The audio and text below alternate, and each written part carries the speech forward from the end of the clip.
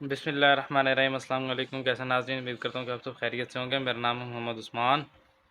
आज हम 10वीं क्लास की रियाज़ी यूनिट नंबर 11 जिसका नाम है मालूमाती मामलात, इंफॉर्मेशन हैंडलिंग इसको इंग्लिश में कहा जाता है। इस यूनिट को आज हम शुरू करेंगे। सबसे पहले हमारे पास है जी मजमूई तादाद की तश्कील। अब मजमूई तादाद किसको कहते हैं? कम्युलेटिव फ्रीक्वेंसी को, यानी कि जो हमारे पास तादाद होते हैं, जिस तरह से हमने 9वीं क्लास में पढ़ा था तादाद, जो फ्रीक्वेंसी होती है, अगर आप इस फ्रीक्वेंसी को जमा करते जाएं, जैसे ये एक है यहाँ पर, फिर एक और ये तीन चार हो गए, फिर यहाँ तक चार, तो उसमें फिर दो जमा करेंगे छः, फिर उस छः में चार जमा करें 10, फिर उस 10 में चार जमा करें 14, यानी कि जो भी आपके पास ग्रुप है उस ग्रुप से पिछले जितने भी आपके पास तादाद हैं, फ्रीक्वेंसीज हैं, उन सबको आप जमा करके लिख लेंगे तो वो आपके पास मजमूई तादाद कहलाता है। अब मजमूई तादाद की तश्कील जो है वो क्या होता है? हमारे पास मजमूई तादाद का मुसलसल बढ़ता हुआ मजमूआ है। ये मजमूआ जो है वो हमेशा बढ़ता रहेगा आगे की तरफ जाते। देखिए पहले एक था, 4, 6, 10, 14, 20, 30, 38, 38, 43, 47, 49, 50, इस तरह से जो है वो बढ़ता जाएगा, जहाँ हर तादाद को इससे पहले के तमाम तादाद के मजमुआ में शामिल किया जाता है। तो जो भी आपके पास तादाद होगा उससे पिछले जितने भी तादाद हैं सबके मजमुआ में शामिल किया जाएगा। मजमूई तादाद का जदवल, जिसे मजमूई तादादी तकसीम भी कहा जाता है, हर मवाद के नुक्ता या जमाती वक्फा के लिए मालूम तादाद का बढ़ता हुआ मजमुआ देता है, जो जाहिर करता है कि एक मखसूस कदर या उससे कम कितनी कदरें पाई गई हैं। तो बस वही बात दोबारा कि ये बताता है कि जो भी हमारे पास ये कदर है, यानी कि 70 से 74 तक है, यानी कि 74 तक और इससे कम जितनी भी कदरें हैं वो सारी की सारी यहाँ पर आ जाएंगी, जो कि हैं 30, यानी कि 74 या 74 से कम तक जो है वो टोटल 30 कदरें हैं इसमें, इस दिए गए जदवल में। उसके बाद आ जाते हैं जी हम मजमूई तादादी कसीरुल इजला या तरसीम। तो फ्रीक्वेंसी पॉलीगॉन इसको इंग्लिश में कहा जाता है, और तरसीम का मतलब होता है औजीव। आप इसको तरसीम भी कह सकते हैं या कसीरुल इजला भी कह सकते हैं। अब कसीरुल इजला क्या होती है? एक मजमूई तादादी कसीरुल इजला, जिसे तरसीम भी कहा जाता है, एक तरसीमी इजहार है, ठीक है, जो किसी तादादी तकसीम में हर हकीकी जमाती हद की मजमूई तादाद को जाहिर करता है। यहाँ पर हमें एक बात का तो पता चल गया कि ये जो हमारे पास मजमूई तादादी की सिलसिला है, इसके लिए हमें हकीकी जमाती हदूद जो है वो चाहिए होगी। हकीकी जमाती हदूद की या हकीकी जमाती हद की मजमूई तादाद को जाहिर करता है, जो कि हमारे पास सिलसिला है। ये समझने में मदद करता है कि मवाद की कदरें वक्फ़ों पर किस तरह जमा होती हैं, और ये ख़ास तौर पर वस्तानिया, चहारवीं हिस्सा, 10वां हिस्सा, 100वां हिस्सा का अंदाज़ा लगाने के लिए ख़ास तौर पर मुफीद है। ये मुनहनी ख़त आम तौर पर बालाई जमाती हदूद या ज़ेरी जमाती हदूद के मुकाबले में मजमूई तादाद को ज़ाहिर करके खींचा जाता है। यानी कि अगर आपके पास ये है, ये हमारे पास जमाती हदूद है। जमाती हदूद का मतलब ये है कि हकीकी जमाती हदूद, सॉरी, हकीकी जमाती हदूद का मतलब ये है कि एक जमात जिस अदद पर एंड हो रही है, ख़त्म हो रही है, अगली जमात उसी हिस्से से शुरू हो। जैसे ये 50 पर ख़त्म हो रही है तो 50 से शुरू हो, ये 60 पर ख़त्म हो रही है तो 60 से शुरू हो। ऐसा नहीं है कि 50 पर ख़त्म हो रही है 51 से शुरू हो। अगर 50 पर ख़त्म होगी 51 से शुरू होगी तो वो जमाती हद होगी, लेकिन अगर 50 पर ख़त्म होकर 50 से ही शुरू होगी तो वो हकीकी जमाती हद होगी। तो हकीकी जमाती हद में जो है हमारे पास क्या होता है कि हम जो है वो यहाँ पर किस लिए इस्तेमाल करते हैं? हम इसको जो है ख़ास तौर पर वस्तानिया, चहारवीं हिस्सा, 10वां हिस्सा, 100वां हिस्सा का अंदाज़ा लगाने के लिए ख़ास तौर पर मुफीद है। ये मुनहनी ख़त आमतौर पर बलाई जमाती हद या ज़ेरी जमाती हदूद के मुकाबले में मजमूई तादाद के को ज़ाहिर करके खींचा जाता है। अब ये होती है ज़ेरी जमाती हद, ये जो इसकी पहले वाली जमाती हदूद हैं, ये सारी क्या हैं? ज़ेरी जमाती हदूद। और ये कौन सी हैं? ये बालाई जमाती हदूद कहलाती हैं। तो जो एंड वाली हद होगी वो बालाई होगी, और जो शुरू वाली होगी वो क्या होगी? ज़ेरी होगी। यह मवाद की तकसीम और फैलाव के बारे में एक वाज़ेह शक्ल फ़राहम करता है। मजमूई तादादी की सिलसिला या तरसीम की शक्ल के दो तरीके होते हैं, या तो कमी का तरीका होगा और या क्या होगा? ज़्यादा का तरीका। यानी कि जो है वो आपके पास जो फ्रीक्वेंसी पॉलीगॉन होगी, या आप इसको तादादी की सिलसिला कहेंगे, ये देखें, एक तो ये तरीका होता है, ठीक है, ये कम से ज़्यादा की तरफ जा रहा है, यानी पहले कम है फिर ये किधर चला गया? ज़्यादा की तरफ चला गया। तो इस तरीका को कहा जाता है कमी का तरीका। कम से ज़्यादा की तरफ जाना है तो कमी का तरीका, और अगर आप ज़्यादा से कम की तरफ आएंगे तो ये क्या होगा? ये होगा ज़्यादा का तरीका। या इसको जो है वो आप यहाँ पर समझ लेंगे। चलें, मजमूई तादादी की फ़िज़ा या तक़सीम की तश्कील के मरहले जो हैं वो यहाँ पर दिए गए हैं, मराइल दिए गए हैं। दिए गए मवाद से मजमूई तादादी जदवल तैयार कीजिए, यानी कि जो भी मवाद है उससे मजमूई तादादी जो जदवल है पहले तो वो बनाएंगे, ठीक है, यानी कि कम्युलेटिव फ्रीक्वेंसी जो है वो निकालेंगे, मजमूई तादाद निकालेंगे। कमी के तरीका के लिए एक्स महवर पर बालाई जमाती हदूद को ज़ाहिर कीजिए। अगर आपने कमी का तरीका इस्तेमाल करना है यानी कि कम से ज़्यादा की तरफ जाना है तो बालाई, ये होगी बालाई। अभी मैंने आपको बताया कि ये जो एंड वाली होती हैं ये बालाई कहलाती हैं। इन जमाती हदूद को आप लिखेंगे एक्स महवर पर, और अगर आपके पास ज़्यादा का तरीका है तो एक्स महवर पर ज़ेरी जमाती हदूद को ज़ाहिर करेंगे। तो फिर हम जो है वो ये वाली जो ज़ेरी जमाती हदूद है इनको ज़ाहिर करेंगे अगर जो है वो हम ज़्यादा का तरीका इस्तेमाल करें, यानी कि अगर ज़्यादा से कम की तरफ आना है तो फिर ये तरीका इस्तेमाल होगा, और अगर कम से ज़्यादा की तरफ जाना है तो फिर यानी कि ये वाली जो हदूद हैं इसकी ये इस्तेमाल होंगी। इनको जो है वो बालाई हकीकी जमाती हद कहा जाता है और इनको ज़ेरी हकीकी जमाती हदूद कहा जाता है। वाय महवर पर मुतल्लिका मजमूई तादाद को ज़ाहिर कीजिए। जो भी हमारे पास कम्युलेटिव फ्रीक्वेंसी होगी, मजमूई तादाद होगा, उसको तो वाय महवर पर ही ज़ाहिर किया जाएगा।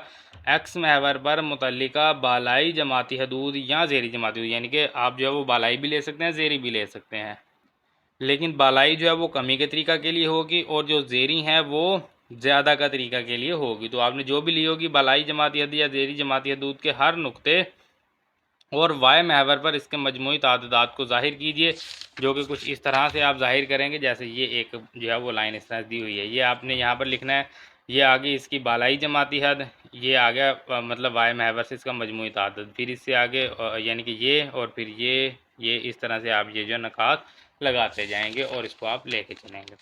उसके बाद ज़ाहिर किए गए नकात को ख़त की मदद से जोड़ें या मजमूई ताददी कसीरुल इज़्ला या तक़सीम के बनाने के लिए ख़त मुस्तकीम कितों का इस्तेमाल कीजिए।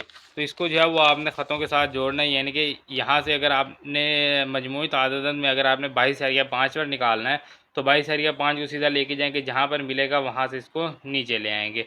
तो ये किस जगह पर आगे मिल रहा है, ये 55 से आगे है, तो 55 से आगे तकरीबन 57 तक है, 57 से भी थोड़ा सा कम है क्योंकि लाइन से पीछे 56.9 हो जाएगा तकरीबन, जो कि यहाँ पर ये देखें यहाँ पर दिया गया 56.9। 22.5 पर कितना है, 56.9।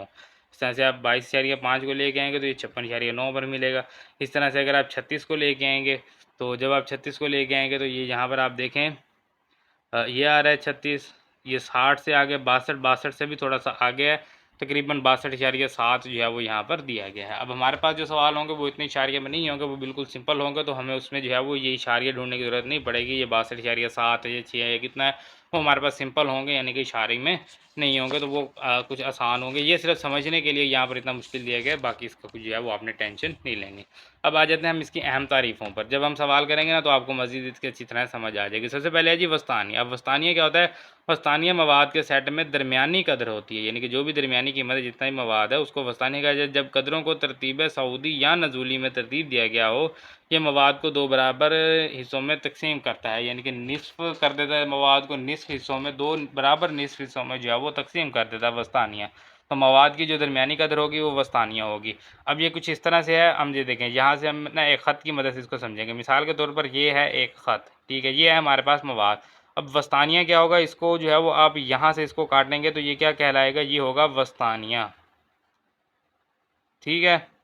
उसके बाद जो है वो हम अगर इसके 4वें हिस्से की बात करेंगे तो हम इसको जो है वो यहाँ से यहाँ तक, यानी कि ये पहले हमने इसको 2 हिस्सों में तकसीम किया। अब जो हमारे पास ये जो हमारे पास मवाद बचा है इसको भी 2 हिस्सों में तकसीम करना है। एक हिस्सा यहाँ पर होगा, एक हिस्सा जो है वो यहाँ पर होगा।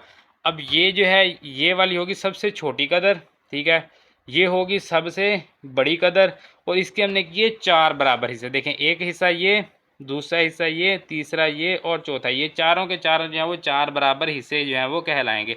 अब अगर हम पहला हिस्सा इसकी बात करेंगे, इसको कहा जाता है Q1। Q1 का मतलब होता है क्वार्टाइल 1, क्वार्टाइल 1 जिसको हम 4वें हिस्सा कहते हैं। तो ये 4वें हिस्सा आ गया क्वार्टाइल 1। 4वें हिस्सा एक तरतीबशुदा मवाद के सेट को 4 बराबर हिस्सों में तकसीम करता है, हर एक में 25% मवाद शामिल है, यानी कि यहाँ से यहाँ तक 25%, फिर 25 यहाँ तक, फिर 25 यहाँ तक, फिर 25 यहाँ तक। तो टोटल 100% मवाद के जब आप 4 बराबर हिस्से बनाएंगे, ये सबसे छोटी कदर है, ये सबसे बड़ी कदर है, इसको Q1 कहा जाता है, इसको Q2 या वस्तानिया कहा जाता है, और इसको Q3 जो है वो कहा जाता है। तो सबसे पहला 4वें हिस्सा जो है वो Q1 होगा, ठीक है। 25% मवाद इस कदर से नीचे होता है, यानी कि यहाँ तक 25% मवाद होता है। फिर Q2 जो है वो दूसरा चहारवीं हिस्सा होगा, ये Q2 है। 50% मवाद इस कदर से नीचे होता है, यानी कि इससे पीछे 50% मवाद होगा, इसे वस्तानिया भी कहा जाता है। तो वही बात अभी हमने की।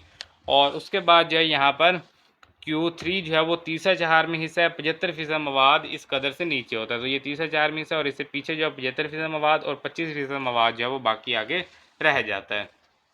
तो ये हमारे पास क्या कहलाते हैं, क्वार्टाइल्स कहलाते हैं। अब इनकी जो है वो कुछ सात भी मालूम की जाती है, जो कि यहाँ पर हमें दिया गया है अंदरूनी चहारवीं हिस्सा की सात, यानी कि जो अंदरूनी चहारवीं हिस्सा है। अगर हम चहारवीं हिस्सा की बात करें, इधर से देखेंगे चहारवीं हिस्सा क्या होता है 25%। ठीक है, चार बराबर हिस्सों में तकसीम करेंगे तो 25% मवाद को क्या कहा जाता है, चहारवीं हिस्सा।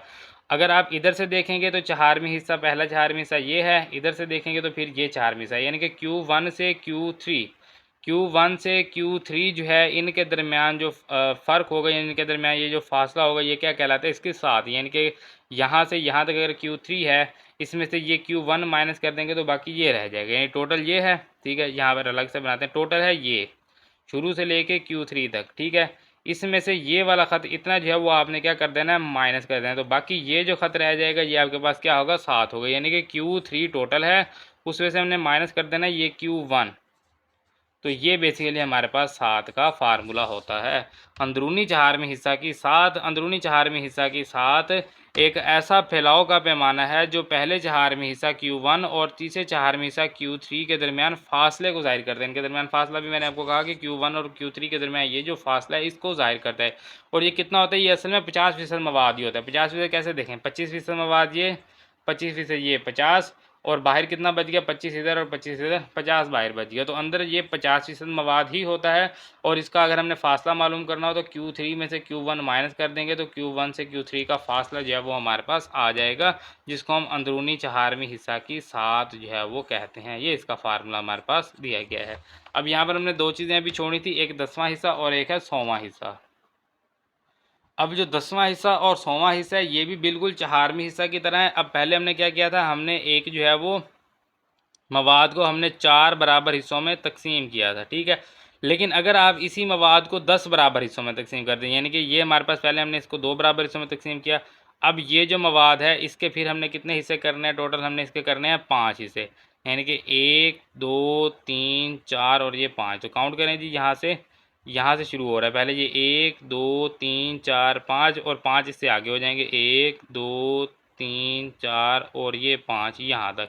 तो टोटल अब इसके कितने हिस्से हो गए, ये टोटल 10 हिस्से हो गए। तो इसको कहा जाता है 10वां हिस्सा, जिसको डिसाइल भी कहा जाता है। 10वां हिस्सा एक तरतीबशुदा मवाद के सेट को 10 बराबर हिस्सों में तकसीम करता है। हर हिस्सा 10% मवाद को ज़ाहिर करता है। अब यहाँ से यहाँ तक 10%, फिर ये 10 20 30 40 50 60 70 80 90 और 100% मवाद हो जाएगा, कुछ इस तरह से। ठीक है, तो अगर हमने जो है वो दूसरे अल्फाज में D1 से D9 तक 9/10 कदर होती हैं, यानी कि अगर ये होगा आपके पास, ये तो सबसे छोटी कदर है और ये होगी सबसे बड़ी कदर।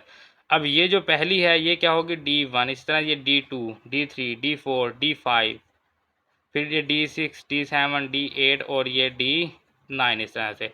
सो डिसाइल 1 से लेकर डिसाइल 9 तक, जो डिसाइल 1 से पिछला जो 10% है वो होगी सबसे छोटी कदर, और D9 से आगे जो 10% है वो होगी सबसे बड़ी कदर। जिस तरह से हमने यहाँ पर क्वार्टाइल का नाम दिया, ना तो हमने पहले को नाम दिया ना आखिरी को, जो दरमियान में इसके लगे थे निशान उन्हीं को हमने क्वार्टाइल का नाम दिया।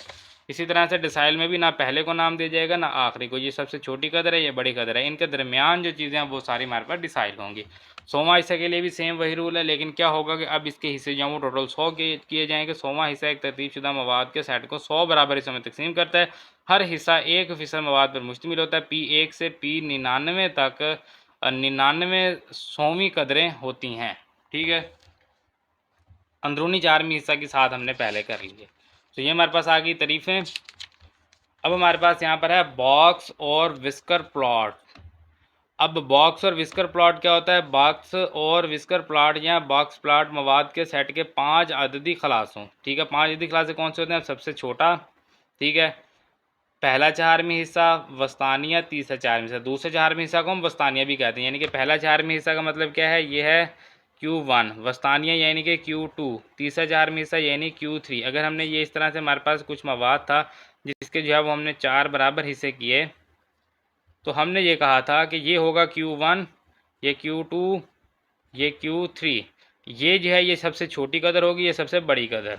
सॉरी, अभी मैंने कैमरा पे नहीं देखा, रजिस्टर बुक नहीं आ रही थी कैमरा में। ये अब आप देखें, ये हमारे पास है जी मवाद, ठीक है, फॉर एग्जांपल। अब यहाँ पर हमने इसके 4 बराबर हिस्से किए यहाँ तक। अब ये देखें, ये वस्तानिया है, ये Q1, Q2, Q3। अब ये जो है ये सबसे छोटी कदर है, ये सबसे बड़ी कदर है। टोटल कितने हो गए? 1, 2, 3, 4, 5, जिसमें 3 चहारवीं हिस्से, एक छोटी कदर और एक बड़ी कदर होती है। तो सबसे छोटा अदद पहला चहारवीं हिस्सा, वस्तानिया तीसरा चहारवीं हिस्सा और सबसे बड़ा अदद। तो ये 5 अददी खुलासे जो हैं ये हमारे पास क्या कहलाते हैं? बॉक्स और विस्कर प्लॉट कहलाते हैं। अब ये किसके लिए होता है? ये हमारे पास होता है यानी कि अनग्रुप डाटा के लिए, गैर ग्रोही मवाद के लिए। पहले तो ये था ना कि हमारे पास यहाँ पर हमारे पास कुछ ग्रोही मवाद दिया गया था और इसको पहले हमने इस तरह से ग्रुप में तब्दील करना है और इसका हमने कुछ इस तरह से ग्राफ बना के ज़ाहिर करना था। लेकिन अब हमारे पास क्या है? अब है गैर ग्रोही मवाद। तो गैर ग्रोही मवाद जो है वो बहुत आसान होता है। अब यहाँ पर क्या है, को ग्राफ के ज़रिए ज़ाहिर करता है। ये मवाद की तकसीम का मुशाहिदा और मवाद के सेटों का मुआवजा करने के लिए करामद है बॉक्स। अब बॉक्स क्या होता है? ये अंदरूनी चहारवीं हिस्सा की सात को जाहिर करता है, जो कि 50% पर मुश्तमिल होता है। अब ये देखेंगे बॉक्स क्या है, जिसको हम कहते हैं अंदरूनी चहारवीं हिस्सा की सात। अगर ये हमारे पास मिसाल के तौर पर हम कह लें कि हमारे पास मवाद है, इसके हमने 4 बराबर हिस्से किए, ये, उसके बाद ये, फिर आ जाएगा यहाँ पर ये और ये हैं इसके 4 बराबर हिस्से हैं, ठीक है। यानी कि यहाँ से यहाँ तक 25% मवाद है, फिर ये भी 25% मवाद है, यहाँ पर भी 25% मवाद है और यहाँ पर भी 25% ही मवाद है। इन सब में 25-25% मवाद जो है वो मौजूद है। अब ये पहला 25% मवाद छोड़ देंगे, Q1 पर आ जाएंगे। आखिरी 25% मवाद छोड़ देंगे, Q3 पर आ जाएंगे। Q3 माइनस Q1 करेंगे तो ये हमारे पास क्या होगा? ये हमारे पास जो है वो 7 कहलाता है। और ये इसके अंदर टोटल कितना मवाद होगा? देखें, 25% मवाद यहाँ पर है और 25% मवाद यहाँ पर। टोटल कितना मवाद होगा? 50%। तो वही बात यहाँ पर की गई कि ये अंदरूनी चहारवीं हिस्सा की सात को जाहिर करता है, जो 50% मवाद पर मुश्तमिल है, जिसे बॉक्स के किनारों पर पहले चहारवीं हिस्सा Q1 और तीसरे चहारवीं हिस्सा Q3 से जाहिर किया जाता है। ये आ गया बॉक्स, जिसको हम अंदरूनी चहारवीं हिस्सा की सात कहते हैं। उसके बाद है वस्तानिया। बॉक्स के अंदर एक ख़त जो दूसरे चहारवीं हिस्सा या मवाद के सेट के दरमियानी हिस्से को जाहिर करते हैं, यानी कि जो दरमियान में आ गया वो वस्तानिया। सिंपल है बिल्कुल। विस्कर क्या है? बॉक्स से सबसे छोटी और सबसे बड़ी कदरों तक फैले हुए खतूत जो मवाद के मजमूई फैलाव को जाहिर करते हैं। विस्कर क्या है? यहाँ शुरू से लेकर जो सबसे छोटी कदर है और यहाँ एंड तक जो सबसे बड़ी कदर है, इसको, इसके दरमियान जो फैलाव है इसको जाहिर करता है, वो विस्कर कहलाता है। तो ये सारी चीज़ें यहाँ पर आ गई। अब गैर ग्रोही मवाद के लिए हमारे लिए वस्तानिया, क्वार्टाइल 1, क्वार्टाइल 3 और ये चीज़ें मालूम करना बहुत आसान है, क्योंकि ये जो है हमारे पास इनकी अगर हमने जो है वो पोजीशन अगर मालूम करनी हो तो देखें, हमारे पास होता है n बटा, अगर हम जो है वो चहारवीं हिस्सा मालूम कर रहे हैं तो 4 होगा, अगर हम 10वां हिस्सा मालूम कर रहे हैं तो n बटा 10 होगा, और अगर हम 100वां हिस्सा मालूम कर रहे हैं तो n बटा 100 होगा। अब क्वार्टाइल 1 करना है तो 1n, क्वार्टाइल 2 करना है तो 2n, क्वार्टाइल 3 करना है तो 3n, क्वार्टाइल 4 करना है तो 4n। इसी तरह से एन क्वार्टाइल डिसाइल 1 करना है तो 1n आ जाएगा, डिसाइल 2 करना है तो 2, इस तरह से 3 करना है, 3, 4, 5, 6 और 10 तक आ जाएंगे। इसी तरह से अगर आपने जो है वो यहाँ पर आप कह लें कि परसेंटाइल 1, 2, 3 कोई भी आपने करना है, एन के साथ आप उसको ज़रब कर लेंगे तो वो आपके पास उसकी पोजीशन जो है वो आ जाएगी। इसको भी हम मज़ीद जो है वो सवालात में समझेंगे। अब हम आ जाते हैं जी इंतशारी खाका।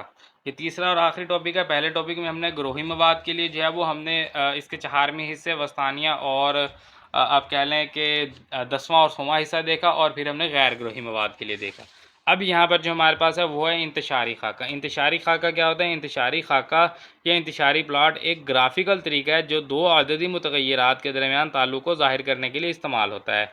ग्राफ पर हर नुक्ता कदरों के एक जोड़े को ज़ाहिर करता है, एक मुतग़य्यर को उफ़क़ी और दूसरे को अमूदी महवर पर मुरतसम किया जाता है। अब क्या है कि हमारे पास जो है वो कुछ इस तरह से एक्स वाई महवर होता है। अगर हम यहाँ पर एक नुक्ता लगाते हैं तो ये असल में दो मुतग़य्यरात को ज़ाहिर करता है, यानी कि इसका जो 0 से लेके उफ़क़ी ख़त की तरफ जो इसका फ़ासला है ये एक्स को ज़ाहिर करता है, और जो इसका अमूदी ख़त की तरफ फ़ासला है ये वाई को ज़ाहिर करता है। यानी कि इस नुक्ता में एक कीमत एक्स की होगी, एक वाई की होगी। तो वही बात उसने यहाँ पर की है कि ये हर नुक्ता कदरों के एक जोड़े को ज़ाहिर करता है, एक मुतग़य्यर को उफ़क़ी महवर और दूसरे को अमूदी महवर पर मुरतसम किया जाता है।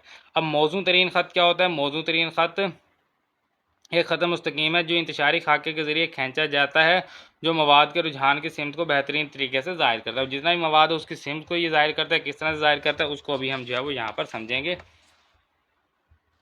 इसे अंदाज़न मौजू तरीन ख़त कहा जाता है क्योंकि ये दस्ती तौर पर मवाद के मजमूई रुझान की बेहतरीन नुमाइंदगी के लिए आम रहनुमा असूलों की बुनियाद पर खींचा जाता है। मिसाल के तौर पर ख़त के ऊपर नीचे नुकात की तादाद जो है वो बराबर होनी चाहिए, यानी कि जितने आपने ये नुकात लगाए उसके दरमियान से आप एक ख़त खींच देंगे। तो ये जो खींचा गया ख़त है, ये ख़त हमारे पास मौजू तरीन ख़त कहलाएगा। जितने हमारे पास जो है वो यहाँ पर हमारे पास कुछ मवाद है इस तरह से, ठीक है, इसके दरमियान में आपने एक ख़त खींचे तो मौजू तरीन ख़त जो है वो कहलाता है। अब यहाँ पर आ जाते हैं इर्तबात। इर्तबात क्या होता है? ये दो मुतग़य्यरात के दरमियान ताल्लुक़ है जहाँ एक मुतग़य्यर में तब्दीली दूसरे में तब्दीली से वाबस्ता होती है। यानी कि आपने क्या किया, एक मुतग़य्यर एक्स में तब्दीली की तो वाई में खुद ब खुद तब्दीली होगी, तो वो इर्तबात होता है। अब इर्तबात के कुछ जो है वो आगे इक़साम है। सबसे पहले होता है मस्बत इर्तबात। मस्बत इर्तबात क्या होता है? अगर एक मुतग़य्यर बढ़ने से दूसरा भी बढ़े तो इसे मस्बत इर्तबात कहते हैं। यानी कि एक्स की कीमत बढ़ी है तो वाई की भी बढ़े। अब इसकी मिसाल कुछ इस तरह से है कि कद और वज़न, यानी कि अगर आपका कद जो है वो बढ़ रहा है तो उसके साथ साथ आपका वज़न जो है वो भी बढ़ता जाएगा। उम्र के यहाँ आप कह लेंगे कि उम्र यानी एज, और उसके साथ आप वज़न कर लेंगे या कद कर लेंगे, यानी कि ये चीज़ें जो है एक चीज़ अगर बढ़ रही है तो दूसरी जो है वो खुद ब खुद ही उसके साथ बढ़ती जा रही है। तो ये क्या होगा? मस्बत इर्तबात होगा। अगर आप मवाद के नकात के साथ एक ख़त मुस्तकीम खींचें तो ख़त की ढलान ऊपर की तरफ होगी, और ये पहले जिस तरह से छोटा होता है, ठीक है, एक्स भी कम वाई भी कम, और ये इस तरह से फिर बढ़ता जाएगा। जिस तरह से एक्स की कीमत बढ़ती जाएगी उस तरह से वाई की कीमत बढ़ती जाएगी। जितना कद जो है वो बढ़ता गया उतना वज़न जो है वो भी बढ़ता गया, और ये ऊपर की तरफ इस तरह से चलता जाएगा। जबकि मनफी इर्तबात क्या होता है कि एक मुतग़य्यर बढ़ने से दूसरा कम हो तो उसे मनफी इर्तबात कहा जाता है। अगर आप मवाद के नकात के साथ ख़त मुस्तकीम खींचें तो ख़त की ढलान नीचे की तरफ होती है, यानी कि अब एक जो है वो बढ़ रहा है दूसरा कम हो रहा है। अब देखें यहाँ पर क्या हुआ, एक्स जो है वो यहाँ पर पहले कम था, ठीक है, वाई इतना ज़्यादा था, फिर एक्स जिस तरह से बढ़ता गया अब वाई जो है वो अब कम होता गया। यहाँ पर एक्स जो है वो बहुत ज़्यादा बढ़ गया लेकिन वाई जो है बहुत कम हो गया। अब इसकी मिसाल इस तरह से रफ्तार और सफरी वक्त, यानी कि आपने सफ़र करना शुरू किया, पैदल चलें, आप चल रहे हैं मिसाल के तौर पर, अब यहाँ पर आपने जो है वो चलना शुरू किया, आपकी रफ्तार बहुत ज़्यादा है। जिस तरह से आप सफ़र जो है वो ज़्यादा करते गए अब आपकी रफ्तार जो है वो कम होती गई, तो आपका जो इसका ख़त जो बनेगा वो उसकी ढलान जो है वो नीचे की तरफ होगी, यानी कि सफ़र तो बढ़ता जा रहा है लेकिन रफ्तार जो है वो कम होती जा रही है। उसके बाद आ जाए सिफ़र इर्तबात। अब सिफ़र इर्तबात क्या होता है? अगर दो मुतग़य्यरात के दरमियान कोई मुस्तकिल तरतीब ना हो तो उसे सिफ़र इर्तबात कहा जाता है। अब क्या है कि इनके दरमियान कोई तरतीब नहीं है, कोई तरतीब नहीं है। मिसाल के तौर पर जूते का साइज़ और टेस्ट में हासिल करदा नंबर। अब आपका जूते का साइज़ बढ़ रहा है तो क्या उससे आपके टेस्ट में जो नंबर हैं वो बढ़ जाएंगे? क्या लेना देना इन दोनों बातों का? कि अगर आपके जूते का साइज़ बढ़ रहा है तो उससे आपके टेस्ट के नंबर में क्या फ़र्क पड़ेगा जूते के साइज़ से? हाँ, जूते ज़्यादा लगने लग जाएंगे पापा से तो फिर शायद आपके नंबर ज़्यादा हो जाएं। तो किरदार तो फिर पापा का आ गया ना इसमें, आपका तो नहीं बचा। तो बात वही है कि इन दोनों का अब जो है वो आपस में कोई ताल्लुक नहीं है। अब जूते के साइज़ से टेस्ट के नंबरों का कोई लेना देना नहीं है। जूते का साइज़ बड़ा हो गया, आपके जो है वो टेस्ट में नंबर कम आ गए, या ऐसा है कि जूते का साइज़ जो है वो बड़ा हो गया और टेस्ट में भी नंबर ज़्यादा आ गए। तो ये ज़रूरी नहीं है कि जूते के साइज़ के साथ टेस्ट के नंबर जो हैं वो बढ़ जाएंगे या कम हो जाएंगे, तो इनका कोई लेना देना नहीं है आपस में। तो फिर जो है ये हमारे पास सिफ़र इर्तबात कहलाता है। इस तरह से कभी आपके जूते का साइज़ इतना है और टेस्ट में नंबर जो है, यानी कि जूते का साइज़ जो है, ये अगर जूते का साइज़ है, जूते का साइज़ कम था लेकिन टेस्ट में नंबर काफ़ी सारे आ गए। फिर ऐसा हुआ कि जूते का साइज़ तो बहुत बड़ा था लेकिन टेस्ट में नंबर फिर भी उतने ही आए, तो उससे कोई फ़र्क नहीं पड़ा टेस्ट के नंबरों को। जूते का साइज़ तो बढ़ता जा रहा है लेकिन टेस्ट के नंबरों को कुछ ज़्यादा फ़र्क पड़ नहीं रहा। तो ये जो है ये हमारे पास सिफ़र इर्तबात कहलाता है। एक मिसाल के साथ जो है वो यहाँ पर बताया गया है। इंतशारी खाके का इर्तबाती नमूना। अब इसको जो है वो इन सभी चीज़ों को एक जो है वो एक ही यानी कि स्टेटमेंट में एक ही आप कह लें कि एक ही तारीफ़ आप कह सकते हैं कि एक ही तारीफ़ से जो है वो इन सब का जो है वो यहाँ पर ख़ुलासा एक बयान किया गया है। जब एक्स की कीमत बढ़ने से वाई की कीमत बढ़ती है तो उसे मस्बत इर्तबात कहा जाता है। जब एक्स की कीमत बढ़ने से वाई की कीमत कम होती है तो उसे मजबूत मनफी इर्तबात, यानी कि अगर एक्स की कीमत बढ़ने से वाई की कीमत बढ़ती है तो मजबूत मस्बत, और अगर एक्स की कीमत बढ़ने से वाई की कीमत कम होती है तो मजबूत मनफी। यानी कि यहाँ पर है अब जितनी एक्स की कीमत बढ़ रही है उतनी ही वाई की कीमत बढ़ती जा रही है, ठीक है, ये बिल्कुल लाइन के इर्द गिर्द जो है वो नकात आ रहे हैं, तो ये मजबूत मस्बत है। और इसी तरह से अगर एक्स की कीमत बढ़ने से वाई की कीमत उसी तरह से कम होती जा रही है तो ये मजबूत मनफी जो है वो इर्तबात होगा। जब एक्स की कीमत बढ़ने से वाई की कीमत थोड़ी सी बढ़ती है, यानी कि एक्स की कीमत तो बहुत ज़्यादा बढ़ती जा रही है लेकिन वाई की कीमत कुछ नहीं ज़्यादा बढ़ नहीं रही, कुछ इस तरह से जो है वो हो रहा है, तो फिर ये क्या होगा? कमज़ोर मस्बत इर्तबात साथ होगा। और इसी तरह से जब x की कीमत बढ़ने से y की कीमत थोड़ी सी कम होती है, यानी कि x की कीमत बढ़ी लेकिन y की कीमत क्या हुई, थोड़ी सी कम हुई, तो उसे कमज़ोर मनफी इर्तबात कहा जाता है। अब जैसे ये हमारे पास यहाँ पर अगर आप देखेंगे तो x की कीमत तो बढ़ रही है लेकिन y की कीमत जो वो थोड़ी थोड़ी जो है वो कम हो रही है, बिल्कुल इसके साथ नहीं है, तो ये हमारे पास कमज़ोर मनफी इर्तबात होगा। जब दो मुतग़य्यरात के दरमियान कोई ताल्लुक़ ना हो तो उसे सिफ़र इर्तबात कहा जाता है। तो ये है जी, इनमें किसी के साथ कोई जो है वो ताल्लुक़ नहीं है, तो इसको जो है वो यहाँ पर अब सिफ़र इर्तबात कहा जाएगा। तो बस ये चीज़ें थी, बाकी हम मश्क को हल करेंगे और वहाँ पर हम बाकी की चीज़ें जो हैं वो समझेंगे। तो मश्क 11.1 का सवाल नंबर है जी 1।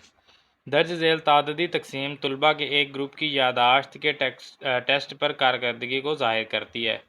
क्या करना है, ग्रुप स्कोर का मजमूई ताददी कसीरुल इज़्ला का ग्राफ बनाइए। ठीक है, एक तो मजमूई ताददी कसीरुल इज़्ला का ग्राफ बनाना है।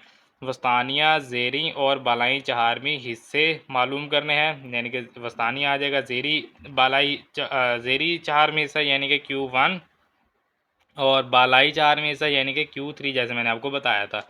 यानी कि ये होता है ना, हमारे पास मवाद है, इसका दरमियान करेंगे, फिर इसको भी आधा करेंगे, इसको भी आधा। इधर से जाएंगे तो ये ज़ेरी आ जाएगा और इधर से 25% आएंगे तो ये बालाई आ जाएगा। तो इसको Q1 कहते हैं, इसको Q3 कहते हैं और Q2 को जो है वो हम वस्तानिया कहते हैं। तो तीनों चीज़ें आ जाएंगी, यानी कि वस्तानिया, ज़ेरी और बालाई चहारमी हिस्से, तो इसका मतलब है चहारमी हिस्से चारों आ जाएंगे। उसके बाद D3, P90 और अंदरूनी चहारमी हिस्से की 7 ग्राफ की मदद से मालूम कीजिए। तो तीसरा 10वां हिस्सा जो है वो आ जाएगा 90, जो है वो 100वां हिस्सा आ जाएगा और अंदरूनी चारवें हिस्से के साथ यानी कि Q3 माइनस Q1 जो है वो हमारे पास आ जाएगी। ग्राफ की मदद से हमने सारी चीज़ें मालूम करनी है। और यहाँ पर हमें कहा गया तमाम जवाबात मुकम्मल आदाद में लिखें, यानी कि अगर कोई जवाब हमारे पास इशारिया में भी आएगा तब भी हमने क्या करना है, उसको मुकम्मल आदाद में लिखना है। तो इशारिया में ले जाने की ज़रूरत नहीं है, सिर्फ मुकम्मल आदाद में लिख लें। जिस तरह तो हमने मिसालों में देखा ना था कि इशारिया में लिखा हुआ था तो वो हमारे लिए समझना मुश्किल था, लेकिन हम उसका ऐसा नहीं करेंगे। तो ये है जी, हमारे पास मवाद दिया हुआ हल है हमारे पास मजमूई ताददी जदवल, जो हमें सबसे पहले कहा गया है मजमूई ताददी कसीरुल इज़्ला का ग्राफ बनाइए। तो उसके लिए हमें पहले उसका जदवल चाहिए होगा। स्कोर हमें यहाँ पर दिए हुए हैं, यानी कि 44 से 48 है पहले, फिर 49 से है 53, फिर 54 से 58, 59 से है 63, 64 से 68, 69 से है 73 और 74 से आ जाएगा 78। ठीक है, ये हमारे पास है स्कोर और यहाँ पर हमारे पास होगा इसका मजमुआ। अब हकीकी जमाती हदूद हमने मालूम करनी, क्योंकि ये हमारे पास सिंपल जमाती हदूद है, क्योंकि ये 48 पर ख़त्म हो रहा है, 49 से शुरू हो रहा है, 53 पर ख़त्म हो रहा है, 54 से शुरू हो रहा है। तो हमने ये कहा था हकीकी जमाती हदूद वो होती है एक ग्रुप हमारे पास जहाँ पर ख़त्म हो अगला वहीं से शुरू हो। तो क्या करेंगे, ये जो इस साइड वाले सारे हैं इनमें से 0.5 माइनस करेंगे और इधर सब में 0.5 जमा करते जाएंगे। जैसे 44 में से 0.5 माइनस करेंगे 43.5 और ये जो 0.5 इधर से माइनस किया वो इधर जमा कर देंगे 48.5 हो जाएगा। इस तरह यहाँ से माइनस करें 48.5 और ये आ जाएगा 53.5, फिर ये 53.5 से 58.5 और फिर ये 58.5 से 63.5, 63.5 से 68.5 और फिर 68.5 से 73.5 और ये 73.5 से 78.5। तो आप देख सकते हैं कि जहाँ पर ख़त्म हो रहा है वहीं पर अगला ग्रुप जो है वो स्टार्ट हो रहा है। तुलबा की तादाद हमें दी गई है 7, सॉरी नहीं, इधर से आएगा 3 आएगा पहले, फिर 12, 15, 23, 12, 8, 7 इस तरह से दी गई है। 44 से 48 तक 3, 49 से 53 तक 12, फिर 15, फिर 23, 12, 8, 7, तो वो हमने उसी तरह से लिख लिया।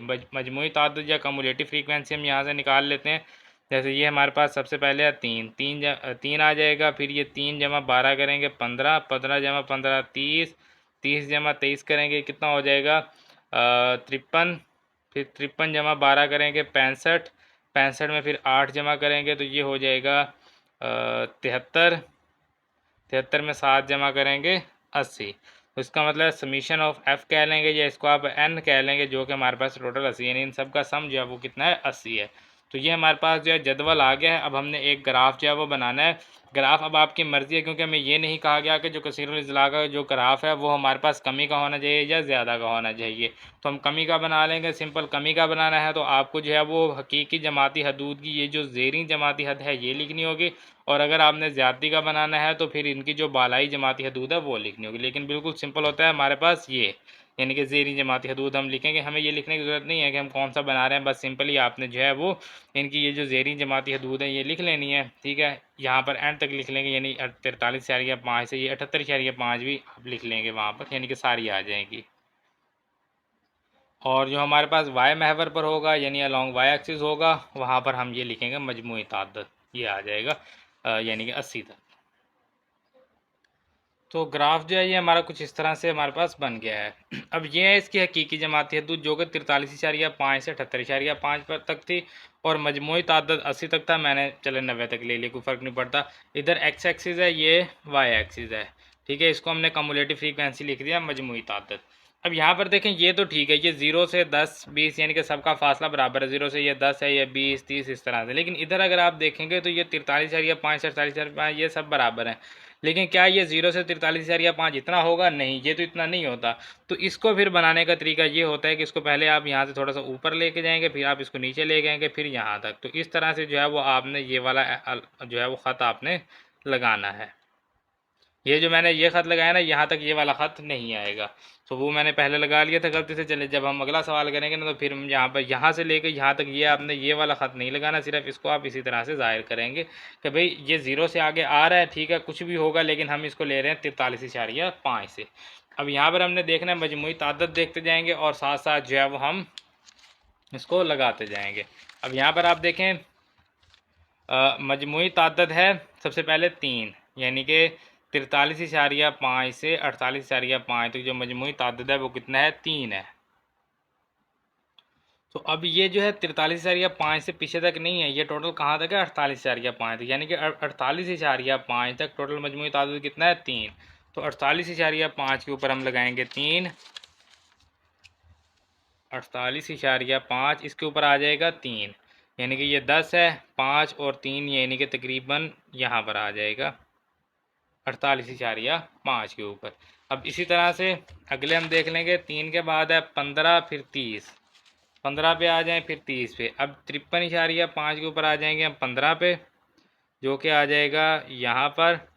फिर 58.5 पे आ जाएंगे हम 30 पे, जो कि आ जाएगा यहाँ पर। तो ये आप देख सकते हैं 58.5 पर है 30, फिर 63.5 पर 53, 63.5 यहाँ पर स्केल रखेंगे ताकि जो है वो कोई मिस्टेक ना हो। 63.5 पर कितना था? 53। तो ये आप देख सकते हैं ये 50, 55 सेंटर में होगा, 55 से थोड़ा सा नीचे 53 यहाँ पर आ जाएगा। ये 63.5 पर आ गया। अब उसके बाद जो है 68.5 और 53 के बाद 65 है, फिर 73 है, 65। अब यहाँ पर रखेंगे और इसको लेके जाएंगे 65, जो कि यहाँ पर इसके सेंटर में आ जाएगा। और उसके बाद है जी हमारे पास 65 के बाद 73 और फिर 80, इसके ऊपर आ जाएगा जी 73,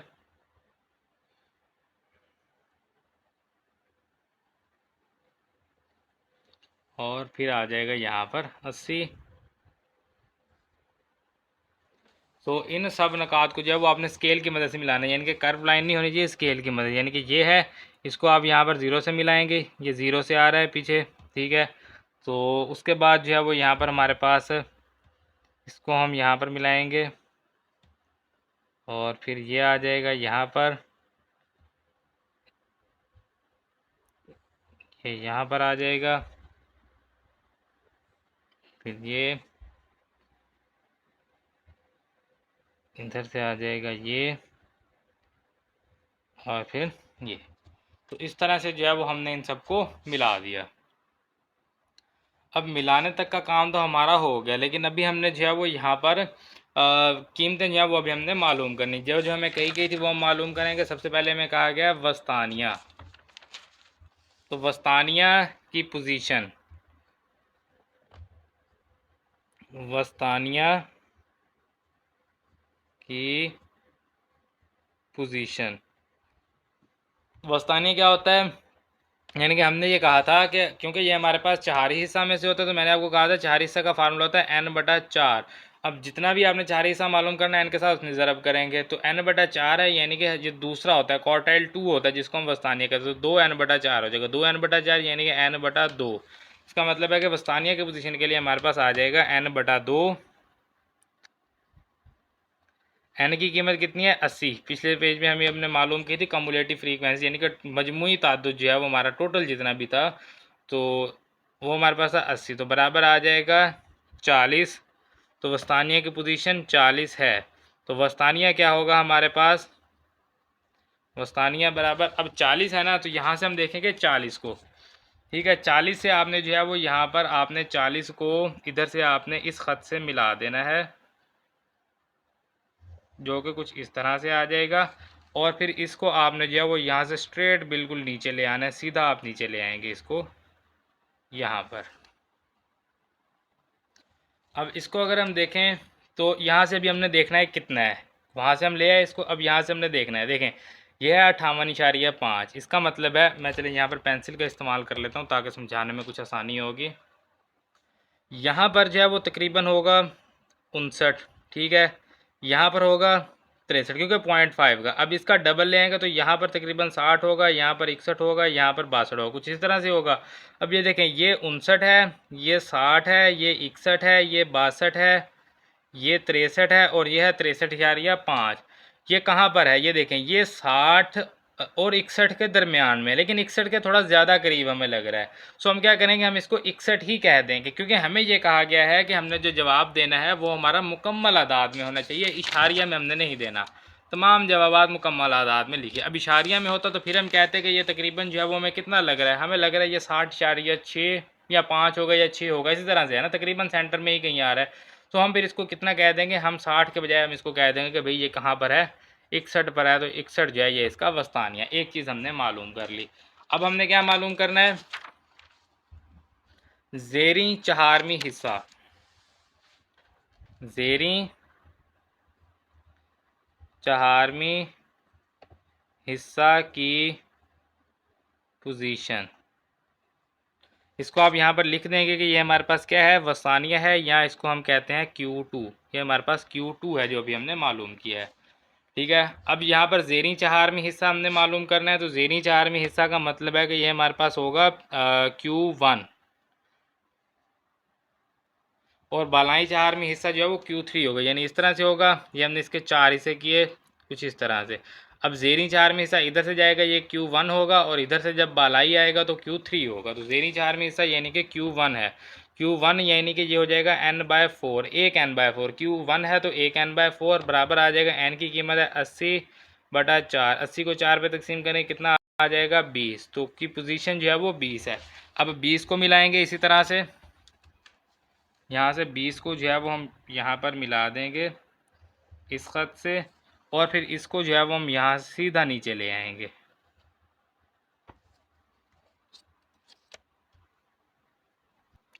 तो अब अगर हम देखें 53 है, यहाँ पर कहीं 54 हो जाएगा, यहाँ पर 55, 56, 57, 58, 59, यानी कि ये 55 पर ही आ जाएगा। 56 तो इसका सेंटर होगा ना, सेंटर से तो पीछे है। अगर हम पेंसिल की मदद से अगर हम यहाँ पर भी कुछ निशान लगाएं, यानी कि ये आ जाएगा 54, ठीक है। ये आ जाएगा 55, यहाँ पर होगा 56, यहाँ पर 57, यहाँ पर 58, और ये आ जाएगा 58.5, यानी कि इसको थोड़ा थोड़ा आगे करेंगे। मेरे ख्याल में डिस्टेंस हमने थोड़ा ज़्यादा कर लिया, यानी कि बस तकरीबन हमने देखना ना, ये 54 होगा, यहाँ पर 55 होगा, तो 55 के करीब या ना, बस 55 आ जाएगा ये। वैसे हमें देखने से पता चल रहा है, तो हमने क्योंकि मुकम्मल अदाद लिखने हैं तो फिर उसमें हमारे पास जो कुछ ज़्यादा फ़र्क आता नहीं है, तो इसको हम कहेंगे Q1 जो कि है 55, और ये है इसका आंसर। या आप इसको ज़ेरी चहारमी हिस्सा भी कह सकते हैं, ज़ेरी चहारमी हिस्सा जो हमें कहा गया था। तो Q1 जो है वो 55 आ गया, तो इसको हम लिख देंगे यहाँ पर Q1। इसी तरह से हमें बालाई चहारमी हिस्सा कहा गया है, बालाई चहारमी हिस्सा की पोजीशन, इसकी पोजीशन मालूम करेंगे जो कि हमारे पास n/4 होगी। अब बालाई चहारमी हिस्सा का मतलब है Q3, Q3 है तो 3n/4, बराबर 3/80/4 बराबर कितना आ जाएगा? 3 × 80/4। कैलकुलेटर की मदद से इसको हम मालूम कर सकते हैं। यहाँ 80 को 4 पे तकसीम करेंगे, 20 को 3 से ज़रब करेंगे, 60 हो जाएगा। सिंपल है, वैसे कैलकुलेटर की ज़रूरत ही नहीं है, 60 है। अब ये हमारे पास क्या है? ये हमारे पास है बालाई चार में हिस्सा की पोजीशन, यानी कि Q3 अभी हम मालूम कर रहे हैं। 60 है इसकी पोजीशन, तो 60 पर जो है वो यहाँ पर हम 60 की लाइन जो है इसको हम मिलाएंगे यहाँ से, जो कि कुछ इस तरह से आ जाएगी। ये आगे 60, अब इसको यहाँ से ले आएंगे हम बिल्कुल सीधा नीचे, तो ये कुछ इस तरह से आके यहाँ पर मिल जाएगी। अब अगर हम इसको देखें तो ये हमारे पास कहाँ पर है? ये 64, 65, 66, 67, यानी कि 66 आ जाएगा। 66 यहाँ पर होगा ना, तकरीबन थोड़ा सा पीछे होगा तो 66 ही हो जाएगा। 66 यानी आई थिंक 66 यानी 2 बन रहा है तकरीबन राउंड अबाउट। लेकिन हमें क्या कहा गया है? मुकम्मल अदाद लिखना है, तो फिर हमारे पास ये 66 ही होगा। इसको हम कहेंगे Q3, जो कि है 66। ये हमारे पास इसका आंसर। और ये क्या है? बालाई चहारमी हिस्सा। अब उसके बाद हमें क्या कहा गया? 3 चीज़ें अभी हमने मालूम कर ली हैं। अभी हमने वस्तानिया मालूम कर लिया, ज़ेरी जब चहारमी हिस्सा, बालाई चहारमी हिस्सा मालूम कर लिया। D3 और P90 जो है वो अभी हमने मालूम करना है। D3 की पोजीशन, ठीक है। अब D3 की पोजीशन के लिए हमने जो है वो n को तकसीम करना है 10 पे, ठीक है। अब D3 है तो n को 3 से ज़रब करेंगे, तो ये बराबर आ जाएगा 3 × n कितना है? 80/10। 80 को 10 पे तकसीम करें, कितना हो जाएगा? 8। 8 ज़रब 3 24, ठीक है। अब यहाँ पर जो है वो हम D3 का आंसर भी हम यहीं पर लिख लेंगे कि क्या आंसर आता है, क्योंकि अब इसके लिए अलग लाइन जो है वो इस्तेमाल करने की ज़रूरत नहीं है। अभी 2-3 चीज़ें और मालूम करनी है तो इसी पेज पर हो जाएंगी। अभी जो है वो हमारे पास आ गया 24, तो यहाँ पर 24 को लेके आएंगे। अब ये देखें, ये है 20, ठीक है। ये दरमियान में होगा 25, यहाँ पर होगा 25। 25 से थोड़ा सा नीचे करेंगे तो ये हो जाएगा यहाँ पर 24। कह लें ये हम ले आए 24 को, और यहाँ से इसको जो है वो बिल्कुल सीधा हम नीचे ले आएंगे कुछ इस तरह से। ये Q1, ठीक है, ये यहाँ पर रेज हो गया, इसको यहाँ पर लिख देते हैं Q1 इधर आ गया, ठीक है। अब ये कहाँ पर मिल रहा है? ये देखें, ये 53.5 था, हमने इसको यानी कि 53.5 से आगे आया था ना Q1, तो हमने इसको जो है वो यहाँ पर 55 कहा था। अब ये 55 से आगे यानी कि 56, 56 तो यहाँ पर होगा, 56 से भी आगे 57 पर है तकरीबन। 57 कहाँ पर होगा? 57 तकरीबन बनेगा इस जगह पर, और 56 होगा तकरीबन इस जगह पर, ठीक है। ये हमने 55 लिया था, ये होगा 56, ये होगा 57, ये 58 और ये 58.5। तो इसका मतलब है कि ये बिल्कुल किसके करीब है? ये बिल्कुल 57 के करीब है। तो हम यहाँ पर इसको 57 लिख देंगे। इशारिया में लिखने की ज़रूरत नहीं है, अदरवाइज़ हम फिर लिखते इसको यानी कि तकरीबन 56 आई थिंक 8 या 9 यहाँ तक हो जाता, तो बस हम डायरेक्ट इसको 57 लिखेंगे। तो ये हमारे पास आ गया इसका आंसर। अभी जब हमने P90 मालूम करना है, तो P90 की पोजीशन 90 है, मतलब परसेंटाइल है, तो n को तकसीम करेंगे 100 पे, और n के साथ ज़रब क्या करना है? 90 है तो 90 ज़रब करेंगे, बराबर ये आ जाएगा 90 × 80/100 बराबर 0 से ये 0 कट गया, इधर से ये 0 से ये 0 कट गया, तो ये कितना आ जाएगा? 9 × 8 72, 72 आ गया। अब 72 पर लेके आएंगे जी। यहाँ पर ये देखें, ये 70 है, ठीक है। ये मैंने स्केल रखा बिल्कुल 70 के ऊपर। 70 से ऊपर लेके जाएंगे, यहाँ पर 72, दरमियान में नहीं लेके जाना, दरमियान में 75 हो जाएगा, हमने सिर्फ 72 तक लेके जाना है, तो ये तकरीबन यहाँ पर आ जाएगा। अब यहाँ से इसको हम लेके आएंगे बिल्कुल सीधा नीचे,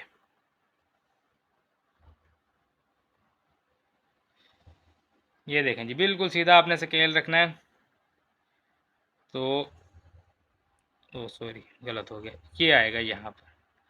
वो लाइन थोड़ी ना, वो पता नहीं किस तरह स्केल सेट की, खैर छोड़े उसको। अभी ये हमने मालूम, पिछला अभी हमने क्या मालूम किया था? अभी हमने D3 मालूम किया, इसको D3 लिखेंगे। ये हमने क्या मालूम किया? P90, तो इसको लिखेंगे P90।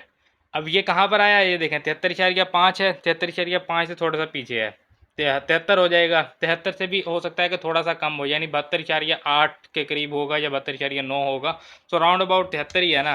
तो हम इसको लिख देंगे P90 90 बराबर आ गया 73। तो ये इसका आंसर आ गया। अभी देखिए हमने वस्तानिया मालूम कर लिया है। वस्तानिया यानी कि इसको हम Q2 भी कहते हैं। वस्तानिया 61, Q1 55, Q3 66, D3 57, P90 63। अभी हमने ये चीज़ें मालूम कर ली। इसके अलावा भी अभी हमें कुछ कहा गया है मालूम करने का, तो वो भी हम देख लेते हैं। इसके अलावा हमें कहा गया है चहारवीं हिस्सा की सात जो है वो मालूम करनी है। चहारवीं हिस्सा की सात जो कि बराबर होगा Q3 माइनस Q1। ये हमने फार्मूला किया था। चहारवीं हिस्सा की सात जो बेसिकली क्या होती है, चहारवीं हिस्से हमारे पास कौन से होते हैं, इधर से आएंगे तो ये होगा चहारवीं हिस्सा जो कि 25% है। इधर से आएंगे तो ये होगा चहारवीं हिस्सा जो कि 25% है। ठीक है, इधर से ये चहारवीं हिस्सा है, इधर से ये चहारवीं हिस्सा है। तो इन दोनों के दरमियान जो फासला है वो बेसिकली इसकी सात है। तो इसको Q1 कहते हैं, इसको Q2 कहते हैं, इसको Q3 यानी कि ये टोटल Q3 है, इसमें से Q1 माइनस करेंगे तो ये आ जाएगी सात। इसका फार्मूला हमने किया था डायरेक्ट Q3 माइनस Q1। ये मैं इसलिए दोबारा चीज़ें बता देता हूँ क्योंकि अक्सर स्टूडेंट जो है वो मश्क का तारुफ नहीं देखते, क्योंकि हमारे पास डाटा शो होता है सारा, तो मश्क का तारुफ जो वो अक्सर स्टूडेंट स्किप कर देते हैं, नहीं देखते, तो फिर वो यहाँ पर आके परेशान होते हैं कि ये कहाँ से होगा। तो फिर इसलिए हमारी कोशिश होती है कि फार्मूले जो हैं वो एक बार फिर रिपीट कर दिए जाएँ। तो Q3 की वैल्यू अभी हमने मालूम की थी जो कि थी 66, माइनस Q1 हमने मालूम किया जो कि था 55। सो 66 माइनस 55 करेंगे कितना हो जाएगा 11। तो 11 जो है ये हमारे पास है इसका आंसर, चहारवीं हिस्सा की सात।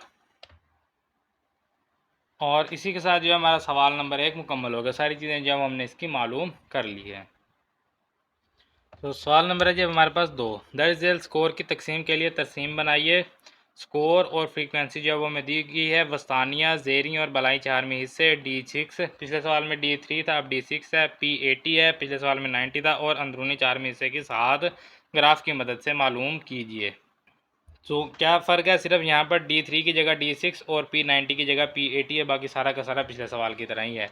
नोट यहाँ पर दिया गया, तमाम जवाबात जो है मुकम्मल आदाद में लिखें। हल जो है वो इसका हम शुरू करेंगे, मजमूई तादादी जदवल बनाएंगे सबसे पहले। अब स्कोर जो है वो हमें यहाँ पर दिया गया है 69 से 79, फिर 79 से शुरू हो रहा है 99, फिर 99 से शुरू हो रहा है 99, फिर 99 से 109, और फिर 109 से 119। तो देखें जहाँ पर एंड हो रहा है वहीं से शुरू हो रहा है। तो इसका मतलब है कि ये हमारे पास हकीकी जमाती हदूद जो है वो दी गई है। तो हमें हकीकी जमाती हदूद जो है वो भी अब मालूम नहीं करनी पड़ेगी। ठीक है, सो अब यहाँ पर हमारे पास फ्रीक्वेंसी जो है वो हमें दी गई है 4, 10, 13, 8, 5। कमुलेटिव फ्रीक्वेंसी ये 4 आ जाएगी, 4 जमा 10 14, 14 जमा 13 ये कितना हो जाएगा 27, 27 जमा 8 करेंगे 35, 35 जमा 5 करेंगे तो 40। तो इसका मतलब है n बराबर आ गया हमारे पास 40। यहाँ पर इसको आप समीशन ऑफ f भी लिख सकते हैं जो कि हमारे पास यहाँ पर 40 है। अब जो है वो हम यहाँ पर एक ग्राफ बनाएंगे। ग्राफ में जो हमारे पास एक्स एक्सिस की तरफ होगी वो होंगी इसके हमारे पास जमाती हदूद, हकीकी जमाती हदूद, जो कि आप 69 से भी शुरू कर सकते हैं और आप इसको जो है वो 79 से भी शुरू कर सकते हैं। अब डायरेक्ट 79 से ही शुरू कर लेंगे क्योंकि 69 की यानी कि पहली जो है उसकी हमें पहले भी ज़रूरत नहीं पड़ी। हमने यही कहना है ना कि 79 तक जो है वो 4 है, ठीक है, 99 तक 14 है, 99 तक 27 है, 109 तक 35 है और 119 तक 40 है, इस तरह से। तो वो जो है वो हम फिर इसी तरह से इसको ले लेंगे। ये ग्राफ मैंने यहाँ पर बना लिया। अब आपने कोशिश करनी है ग्राफ जितना आप बड़ा बनाएंगे ना उतने आपके गलती के चांसेस कम होते जाएंगे। जितना ग्राफ छोटा होगा उतने गलती के चांसेस ज़्यादा। अब ये देखिए मैंने 5-5 का फ़र्क रखा है। अब जितना बड़ा ग्राफ बनाएंगे उतनी जो है वो आपकी गलतियाँ इसमें कम होगी और आपके लिए जो है वो आसानी रहेगी। अब यहाँ पर देखें सबसे पहले हमारे पास क्या है, 79 तक है, यानी 79 तक कितना है 4। तो 79 तक 4 आ जाएगा जो कि है यहाँ पर, ठीक है। फिर उसके बाद 99 तक आ जाएगा 14, ये 99 है, ये 10, 15, 14 इससे थोड़ा सा नीचे जो कि यहाँ पर आ जाएगा, ठीक है। थोड़ा सा मेरे ख्याल में इधर होगा, चलें बाकी हम स्केल की मदद से लगाएंगे। देखें ये आई थिंक थोड़ा सा टेढ़ा, नहीं ठीक है, ठीक है, ठीक है, ओके है। अच्छा उसके बाद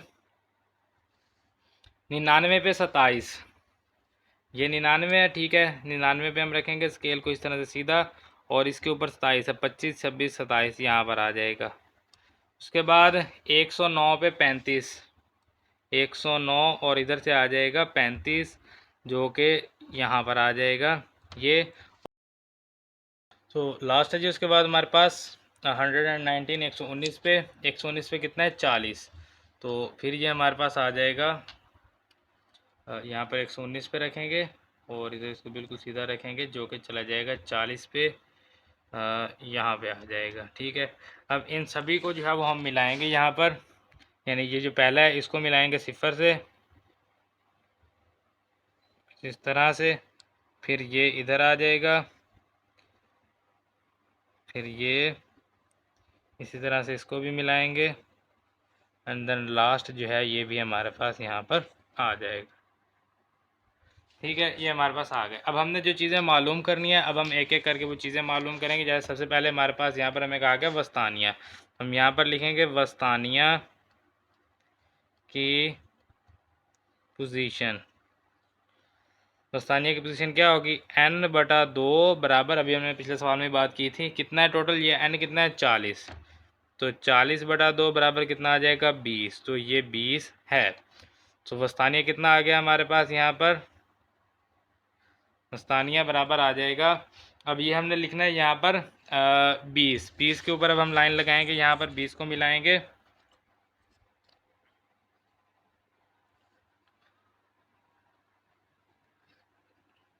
ये कुछ इस तरह से आ जाएगा हमारे पास, ये 20 और यहाँ से इसको लेके जाएंगे नीचे, ये ठीक है जी। अब यहाँ पर देखें 99 और ये 99, यानी कि यहाँ पर 95 कहाँ पर होगा, इन दोनों के दरमियान में, यानी यहाँ पर होगा 95, इन दोनों का दरमियान कहाँ पर बन रहा है, यहाँ पर 95 होगा, तो 95 से कम है यानी कितना है 94, ये हमारे पास क्या है Q2 इसको हम कहते हैं, जो कि है 94, तो हम यहाँ पर लिखेंगे 94 जो कि है इसका आंसर।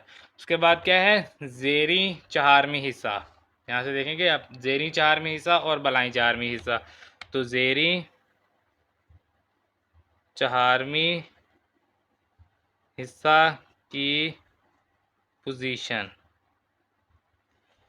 तो ये कितनी आ जाएगी ज़ेरी चार में हिस्सा की, ये हमारे पास n/4 होगा, बराबर n की कीमत है 40/4 करेंगे तो ये आ जाएगा 10 है, और इसको हम कहते हैं Q1। अब यहाँ पर हम इनके आंसर लिखते जाएंगे, ठीक है, आंसर को हम यहाँ पर लिखते जाएंगे क्योंकि यहाँ पर स्पेस कम है, तो यहाँ पर लिख लेंगे कुछ इसके आंसर, या यहीं पर बस वैसे जगह है, यहाँ पर Q1 आ जाएगा यहाँ पर। चलें Q1 का आंसर अभी हम निकाल लेते हैं 10, तो यहाँ से 10 को मिलाएंगे,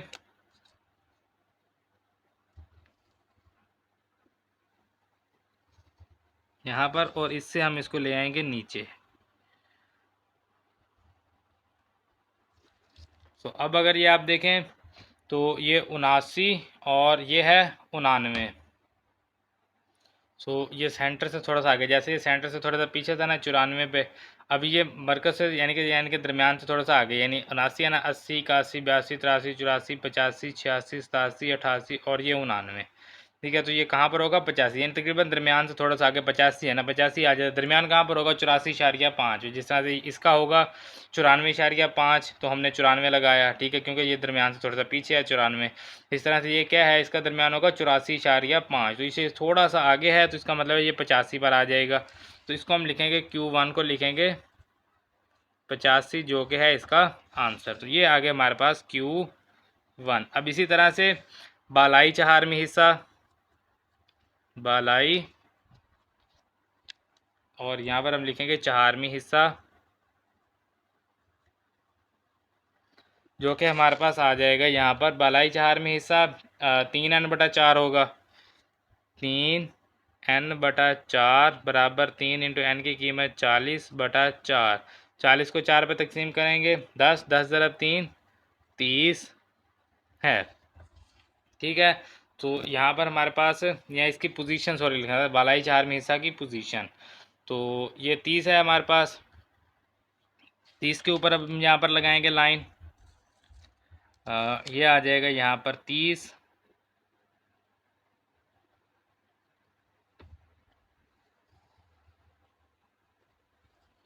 यहाँ तक, तो 30 के ऊपर जो है ये हमारे पास, यहाँ से इसको नीचे लेके आएंगे बिल्कुल सीधा स्ट्रेट, ये आ गया, अब यहाँ पर देखें 99, 100, 101, 102 और यहाँ पर तकरीबन 103 होगा, क्योंकि ये 4, 5, 6, 7, 8 और 9 तक हमने लेके जाना है।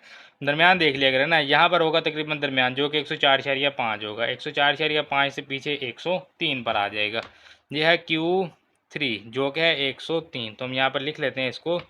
हमारे पास आ गया Q3 बराबर 103। ये है इसका आंसर। अभी हमने वस्तानिया जो है वो मालूम कर लिया, ठीक है। अभी हमने जो है वो ज़ेरी चार में हिस्सा मालूम कर लिया, बालाई चार में हिस्सा जो है वो हमने मालूम कर लिया Q3। और इसके अलावा जो हमने क्या मालूम करना है, D6 मालूम करना है। तो यहाँ पर लिखेंगे D6 की पोजीशन, D6 की पोजीशन डिसाइल 10 में से होता है, तो इसका मतलब 6n/10 बराबर 6 इंटू एन की कीमत 40/10। तो 40 को 10 पे तकसीम करेंगे 4, 4 को 6 से ज़रब करेंगे 24 है। तो 24 पर मिलाएंगे इसको, 25 से थोड़ा सा नीचे 24, जो कि तकरीबन मेरे ख्याल में यहाँ तक आ जाएगा ये। और 24 से जब हम इसको नीचे लेके आएंगे तो ये यहाँ से आ जाएगा तकरीबन, ये लें जी, ठीक है। अब ये कहाँ पर आ गए, देखें 99 है, ये हमने कितना कहा था 95। 99 और 95 के दरमियान में है, जो कि हो जाएगा 97। 97 हमारे पास क्या है, D6।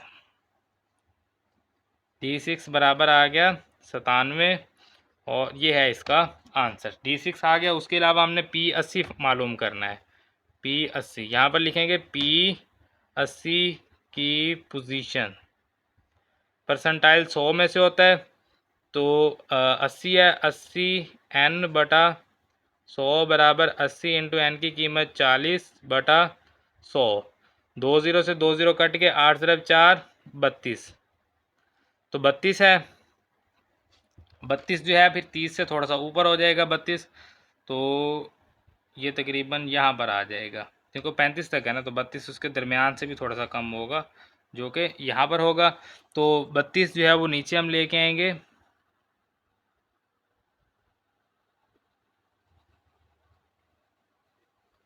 ये आ गया।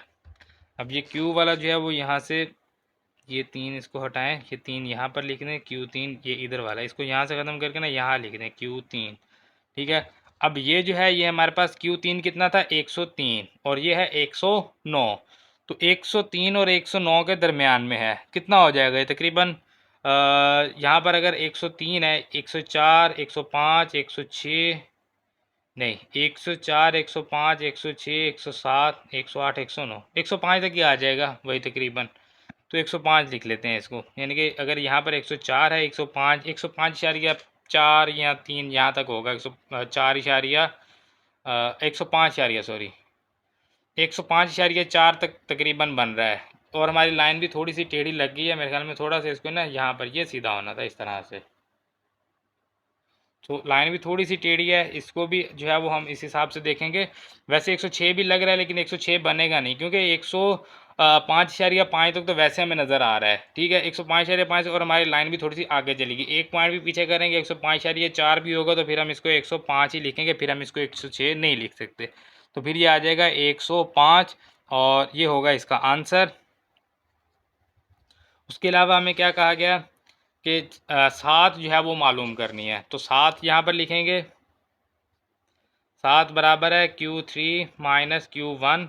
तो Q3 अभी हमने मालूम किया 103, Q1 भी यहीं पर लिख लेते हैं, Q1 जो कि हमने मालूम किया 85, और वस्तानिया यानी कि Q2 हमने मालूम किया जो कि था हमारे पास 94, ठीक है। ये जितनी चीज़ें मालूम की ये सारे हमने आंसर यहाँ पर एक तरतीब में लिख दिए। 103 माइनस 85, तो 15 इधर से और 3 इधर से आ जाएगी, कितना हो जाएगी 18। तो 18 जो है ये आ गया इसका 7। तो हमें Q2 यानी कि वस्तानिया कहा गया था, ठीक है।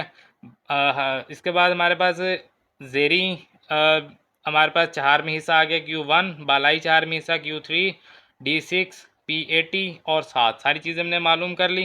1 2 3 4 5 6 चीज़ें थी, 6 की 6 हमने मालूम कर ली। सवाल नंबर 2 जो है ये हमारा मुकम्मल हो गया। अब इसको यहाँ पर लिखने का मकसद सिर्फ ये होता है क्योंकि अगर हम बार बार अगले पेज पर जाएंगे ना तो स्टूडेंट जो है वो ज़्यादातर कंफ्यूज हो जाते हैं, क्योंकि वैल्यूज़ यहाँ पर है, बार बार अगला पेज पिछला पेज अगला पेज पिछला पेज, तो वो कंफ्यूज हो जाते हैं। तो इसलिए हमारी कोशिश होती है कि जो ग्राफ वाले, स्पेशली जो ग्राफ वाले क्वेश्चन है उनको किसी तरह से उसी पेज पर एडजस्ट करें। अब यहाँ पर इसलिए मैं पूरे ग्राफ को नेक्स्ट पेज पर ले आया और इसको हमने यहाँ पर कर लिया, लेकिन अब यहाँ पर क्योंकि ग्राफ यहाँ पर बनाया है तो इसका सोल्यूशन भी फिर यहीं पर करना जो है वो ज़्यादा बेस्ट रहेगा, ताकि जो है हमारे पास कोई मिस्टेक ना हो और हम इसको बआसानी हल कर सकें। बाकी जो ये हमारा सवाल नंबर 2 मुकम्मल हो गया है। तो सवाल नंबर है जब हमारे पास 3 दिए गए मवाद के लिए Q1 Q3 वस्तानिया 7 और अंदरूनी चहारमी हिस्सा की 7 मालूम कीजिए। अब ये हमारे पास गैर ग्रोही मवाद है, ठीक है। अब गैर ग्रोही मवाद के लिए ये चीज़ें मालूम करना बहुत आसान है। सबसे पहले हम यहाँ पर लिखेंगे मवाद को तरतीब सऊदी में लिखने से। अब तरतीब नज़ूली में भी लिख सकते हैं, तरतीब सऊदी में भी लिख सकते हैं। तो मैंने यहाँ पर लिखा तरतीब सऊदी में लिखने से।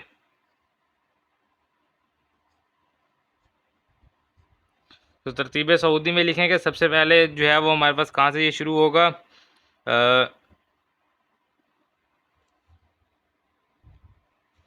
3 ही है, सबसे छोटा हिस्सा तो 3 आ जाएगा।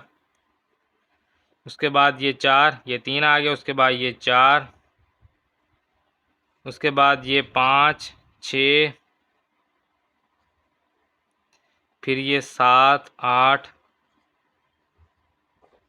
फिर ये आ जाएगा 9 10 11, उसके बाद 12 13 14,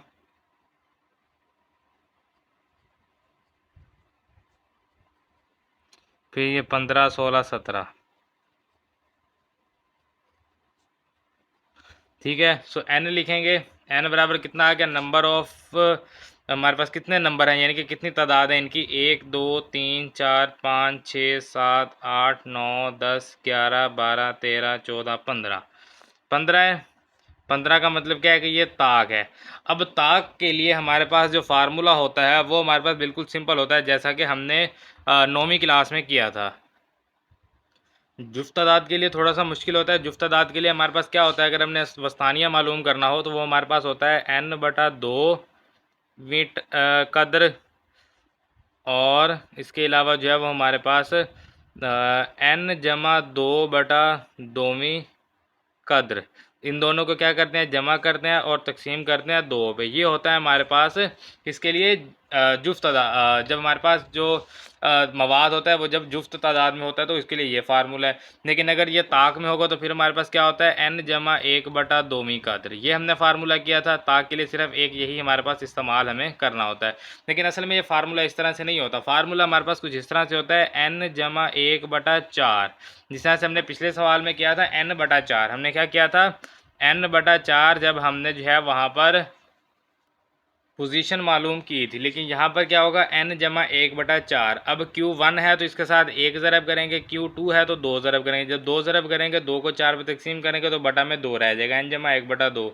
इस तरह से 3 ज़रब करेंगे जब Q3 मालूम करेंगे, और इसी तरह से जब हमें इसके परसेंटाइल और डिसाइल मालूम करने हो तो वो उस तरह से आ जाते हैं। यानी डिसाइल होगा तो बटा 10 कर देंगे, परसेंटाइल होगा तो बटा 100 कर देंगे। लेकिन यहाँ पर हमें उन चीज़ों के बारे में नहीं कहा गया। यहाँ पर सिर्फ क्वार्टाइल्स की बात की गई है, यानी कि जो चहारवीं हिस्से हैं सिर्फ उनकी बात की गई है। तो उसके लिए फिर हमारे पास फार्मूला बिल्कुल सिंपल होगा। जैसे यहाँ पर अगर हम Q1 की बात करेंगे, Q1 हमें कहा गया है, Q1 हम लिखेंगे n/1/4। इसके साथ कोई भी जो है वो यहाँ पर ज़रब नहीं हो, क्योंकि एक ज़रब होगा, एक को लिखने की ज़रूरत नहीं है। तो ये आ जाएगा कद्र। ठीक है। इसी तरह से Q2 आप इसको कह लेंगे या आप इसको वस्तानिया कह लेंगे। वस्तानिया या Q2 आप इसको कह सकते हैं, जो कि बराबर होगा n/1/4 होगा, और इधर आ जाएगा 2। ठीक है। तो 2 को 4 पर तकसीम करेंगे तो बटा में सिर्फ 2 रह जाएगा। सिंपल हम डायरेक्ट लिख देते हैं वी कद्र। और इसी तरह से अगर हमें Q3 चाहिए होगा तो n/1/4 रहेगा, और इसके साथ ज़रब करेंगे 3 को वी कद्र। यानी कि इसके साथ 1 को ज़रब करना है, इसके साथ 2 को, बटा में 4 है, 2 एकम 2, यहाँ पर 2 रह जाएगा, और ये 3 और बटा में आ जाएगा 4। जिस तरह से हमने n के साथ रखा था अब जो है वो n/1 हो जाएगा, बस ये फ़र्क होगा। तो n कितना है, 15। 15 × 1/4 4 और यहाँ पर कदर सॉरी लिखना है,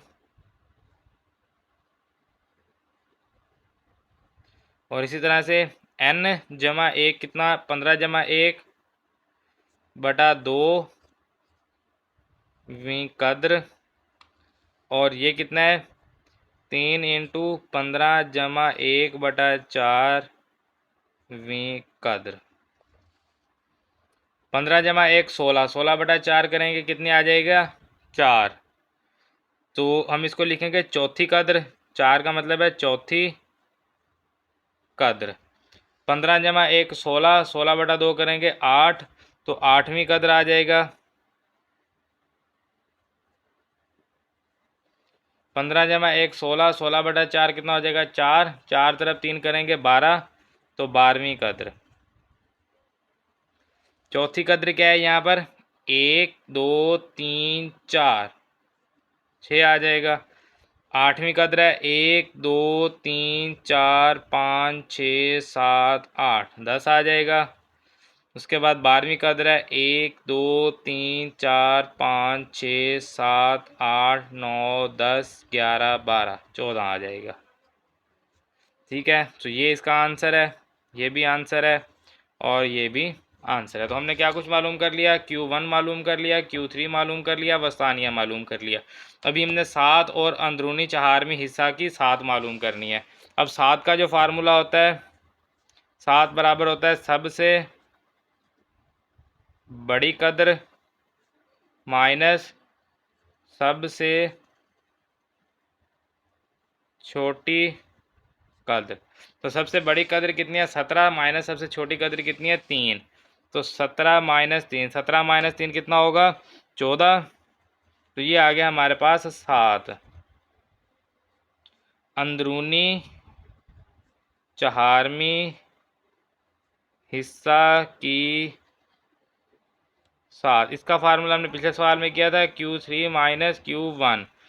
तो Q3 कितना है हमारे पास, यहाँ पर हमने मालूम किया Q3 है 14 और Q1 है 6, तो 14 माइनस 6 करेंगे जो कि बराबर आ जाएगा 8। तो ये इसका आंसर है। तो अभी हमने Q1 मालूम कर लिया, वस्तानिया मालूम कर लिया, Q3 मालूम कर लिया, 7 मालूम कर ली और हमने अंदरूनी चहारवीं हिस्सा की 7 मालूम कर ली।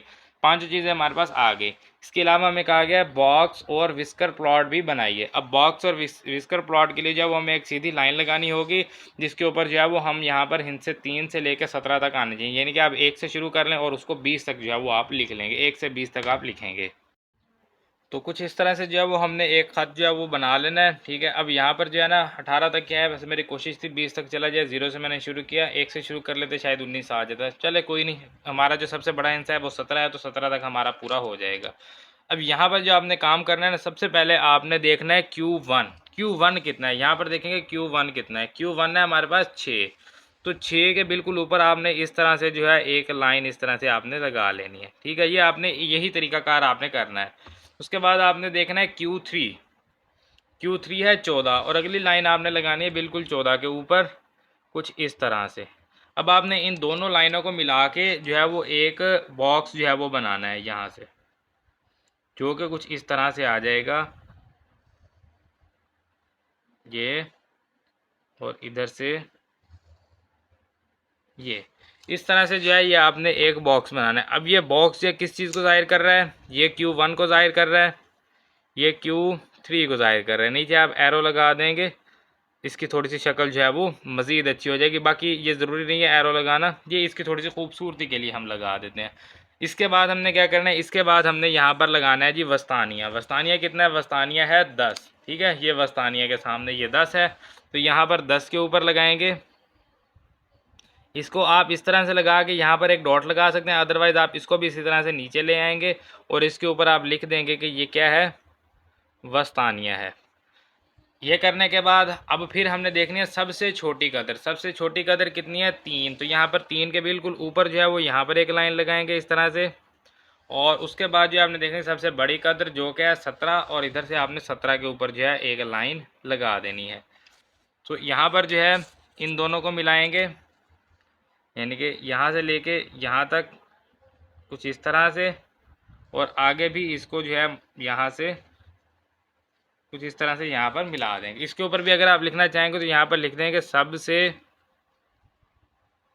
छोटी कद्र, और इसके ऊपर लिख देंगे सबसे बड़ी कद्र। ये दोनों अगर आप नहीं भी लिखते फिर भी चलेगा, यानी सबसे छोटी कदर सबसे बड़ी कदर लिखना कुछ ज़्यादा ज़रूरी नहीं है, लिख लेंगे ठीक है, अदरवाइज़ कोई इशू नहीं है। तो बाकी जो है ये हमारे पास यहाँ पर बॉक्स और विस्कर प्लॉट जो है ये हमारे पास बन गया है, और सवाल नंबर 3 मुकम्मल हो गया है। तो सवाल नंबर है जब हमारे पास 4 दर्ज झैल मवाद के लिए Q1 Q3 वस्तानिया 7 अंदरूनी 4वें हिस्सा के साथ और इंतहाई कदरों को मालूम कीजिए। सबसे पहले जो हमारे पास मवाद दिया हुआ है उसको हम तरतीब सऊदी में लिखेंगे। मवाद को तरतीब सऊदी में लिखने से सबसे छोटी कदर देखेंगे कौन सी है, 95, 93, 93 से छोटी को है 92, इससे छोटी नहीं, इससे छोटी नहीं है, तो 92 सबसे छोटी है, 92 आ जाएगा यहाँ पर सबसे पहले। उसके बाद ये 93 आ जाएगा, फिर 94 कहाँ पर है जी, 94 नहीं है, 94 नहीं है, 95 है, 96, 97, तो 95, 96, 97, उसके बाद ये 98, 99, उसके बाद 100 देखेंगे, ये रहा 100, 101, 102, 100, 101, 102, उसके बाद ये हमारे पास 103 हम देखेंगे कहाँ पर है, ये रहती हैं, नहीं है जी 103 नहीं है, फिर 104 है, 105 है, 104, 105, और उसके बाद 106 देखेंगे, नहीं है, 107 आ जाएगा, 108 आ जाएगा, 107, 108, फिर 109 देखेंगे, 109 नहीं है, बस ये एक ही कदर रहती है जो कि है 110, तो इसको लिखेंगे 110। गिन लेंगे 1 2 3 4 5 6 7 8 9 10 11 12 13 14 15, 1 2 3 4 5 6 7 8 9 10 11 12 13 14 15, ठीक है जी पूरी है। और n बराबर आ गया हमारे पास 15, ये भी आ गया। ताक है जी, तो ताक के लिए तो बहुत सिंपल है, हमारे पास Q1 बराबर होगा n जमा 1/4 वीं कद्र, Q3 होगा n जमा 1/4, Q3 है तो इसके साथ 3 को ज़रब करेंगे, वीं कद्र वस्तानिया होगा।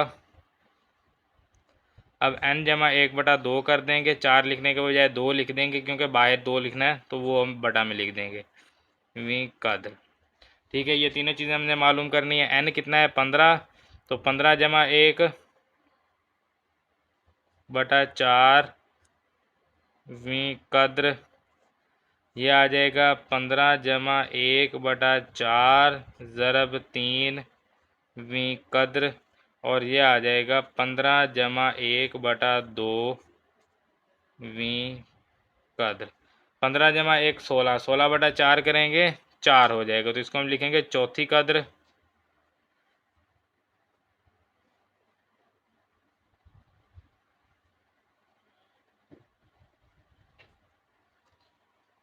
चौथी कद्र, और इधर आ जाएगा जी 15 जमा 1 16/4, 4, 4 ज़रब 3 करेंगे 12, तो 12वीं कद्र।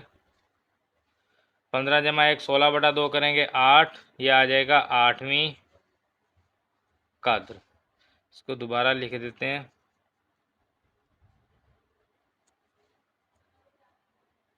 चौथी कद्र। चौथी कद्र कौन सी है, 1 2 3 4, ये 96 आ जाएगा चौथी कद्र। उसके बाद 12वीं 4 था, 5 6 7 8 9 10 11 12, ये आ जाएगा 105। 8वीं है 5 6 7 8, ये आ जाएगा 100।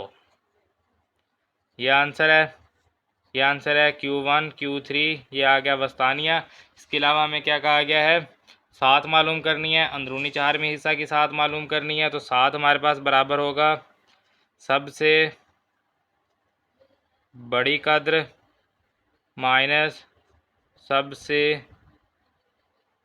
छोटी कद्र। सबसे बड़ी कद्र कौन सी है यहाँ पर, 110 और सबसे छोटी है 92। 110 माइनस 92 तो कितना आ जाएगा ये, 10 और 8 18। तो ये 18 जो है ये इसका आंसर आ गया 7 का। अब हमने मालूम करनी है अंदरूनी चारवीं हिस्सा के साथ, अंदरूनी चारवीं हिस्सा के साथ, जो कि हमारे पास बराबर होती है Q3 माइनस Q1। Q3 हमने मालूम किया 105 और Q1 है 96। 105 माइनस 96 करेंगे, 5 इधर से और 4 इधर से, कितना हो जाएगा 9। तो ये हमारे पास आ गया आंसर अंदरूनी चारवीं हिस्सा के साथ। इसके अलावा हमें क्या कहा गया, इंतहाई कदरों को मालूम करें। इंतहाई कदरों का मतलब है सबसे बड़ी कद्र, जो कि है 110, ये आंसर है। सबसे छोटी कद्र जो कि है हमारे पास 92, तो ये आंसर है। तो हमने क्या कुछ मालूम किया, हमने मालूम किया Q1 Q3 वस्तानिया 7, अंदरूनी चारवीं हिस्सा के साथ, सबसे बड़ी कद्र, सबसे छोटी कद्र। तो हमारे पास टोटल 7 चीज़ें हमें कही गई थी, सातों हमने मालूम कर ली। इसके अलावा हमें कहा गया है बॉक्स और विस्कर प्लॉट जो है वो भी बनाएं। तो वो भी जो है वो हम यहाँ पर बनाएंगे। उसके लिए जो है वो हमारे पास यहाँ पर हम देखेंगे 92 सबसे छोटी है और 110 है सबसे बड़ी। तो हम कोशिश करते हैं कि हम इसको 90 से शुरू कर लेते हैं, 90 से कर लें, चाहे आप 91 से कर लें, और 111 12 तक चले जाएंगे तो ये काफ़ी होगा।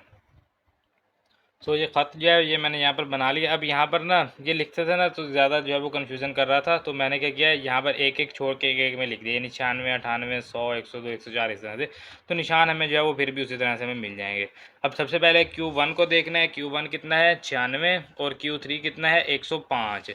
96 और 105 पर आपने लगानी है लाइन, ये 96 और इधर से 104 और ये आ जाएगा 105। तो यहाँ से आपने इन दोनों को इस्तेमाल करके जो है एक बॉक्स जो है वो आपने बना लेना है, जो कि कुछ इस तरह से आ जाएगा हमारे पास ये, और इधर से भी ये। ठीक है, इसको आप अगर थोड़ा सा मज़ीद नीचे करके एरो लगा देंगे इस तरह से, तो ये थोड़ी सी इसकी खूबसूरती बन जाएगी। Q1 Q3 वस्तानिया देखेंगे, वस्तानिया कितना है 100 है, पूरा 100। तो 100 के ऊपर लगाएंगे, थोड़ा सा नीचे ले आए इसको भी, इसके ऊपर लिख देंगे कि ये क्या है, वस्तानिया है। इसके अलावा सबसे छोटी कदर हमने देखनी है, सबसे छोटी कदर है 92। तो यहाँ पर बिल्कुल 92 के ऊपर, और इधर से सबसे बड़ी कदर 110, यहाँ से आ जाएगा 110 के ऊपर।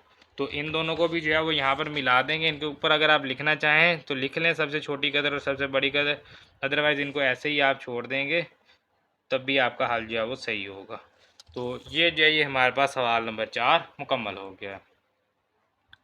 तो सवाल नंबर है जब हमारे पास 5, दर्ज झेल बॉक्स और विस्कर प्लॉट के लिए Q1 Q3 वस्तानिया सबसे छोटी कदर और सबसे बड़ी कदर मालूम कीजिए। अब ये जो लाइन है ये है Q1, ये होगा Q3, ये दरमियान में इसके वस्तानिया, ये सबसे छोटी कदर और ये सबसे बड़ी कदर। सिंपल है बिल्कुल, जैसा अभी हमने पिछले सवाल में भी देखा, क्योंकि जो बॉक्स होता है उसमें हमारे पास जो जहाँ से शुरू होता है सबसे यानी कि Q1 होता है, जहाँ पर एंड होता है Q3, और जो उसके दरमियान में लाइन लगी होती है वो वस्तानिया होता है। बाहर जो दरमियान वाली ये लाइन होती है जहाँ से शुरू हो रही है और सबसे छोटी कदर, और जहाँ पर एंड हो रही है सबसे बड़ी कदर। ये अभी हमने पिछले सवाल में इसको बनाना भी सीखा था। सबसे पहले Q1 आ जाएगा हमारे पास यहाँ पर, Q2 वस्तानिया सबसे, चलें इधर लिख लेते हैं, छोटी कद्र, और यहाँ पर आ जाएगा सबसे बड़ी कद्र। ठीक है, अब Q1 है, यहाँ से देखें ये ना 20, अब सब में आप देखेंगे तो 1 2 3 4 लेने, यानी 2 2 का डिफरेंस है, यानी ये 10 12 14 16 18 20 22 24 26 28 30 32 34 36 38 40 42 44 46 48 50। ठीक है, इस तरह से। अब ये देखें 20 से आगे कहाँ पर है, 22 के ऊपर। ठीक है, इसी लाइन के ऊपर है, तो ये 22 आ जाएगा, जो कि है इसका आंसर। Q3 सॉरी 2 मैंने लिया, Q3 30 32 34 36, 34 और 36 के दरमियान में है, 35 आ जाएगा। वस्तानिया ये है, इसको देखें 20 22 24 26, 24 और 26 के दरमियान में है 25 आ जाएगा। सबसे छोटी कदर यहाँ से 10 से शुरू हो रहा है, 10 आ जाएगा। सबसे बड़ी कदर 40 42 44 46, 46 आ जाएगा। ये है इसका आंसर। तो सारी चीज़ें हमने मालूम कर ली। सवाल नंबर 5 हमारा मुकम्मल हो गया। सवाल नंबर है जी हमारे पास 6। बॉक्स और विस्कर प्लॉट बनाइए अगर 12 सबसे छोटी कदर है, ठीक है, सबसे बड़ी कदर 26, वस्तानिया 19, Q1 14 और Q3 जो है वो 24 हों।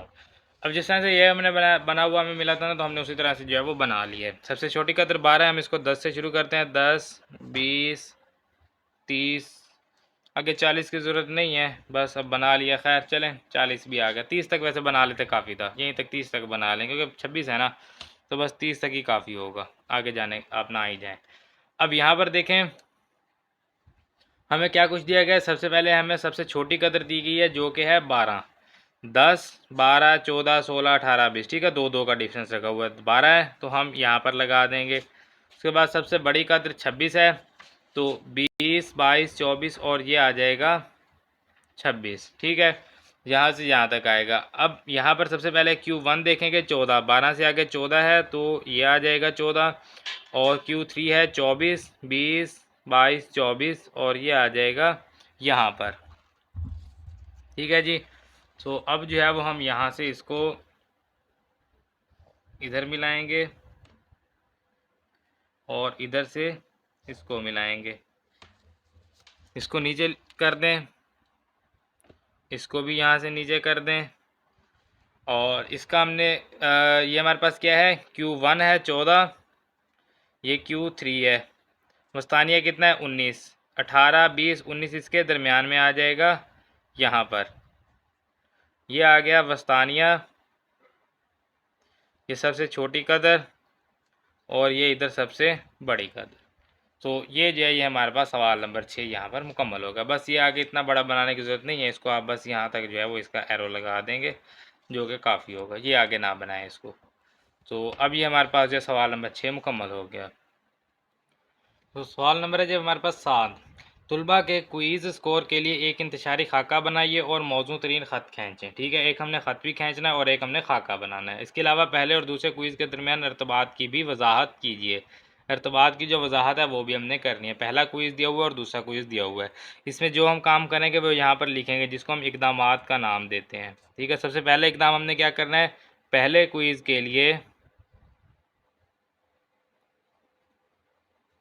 एक्स महवर और दूसरे क्विज़ के लिए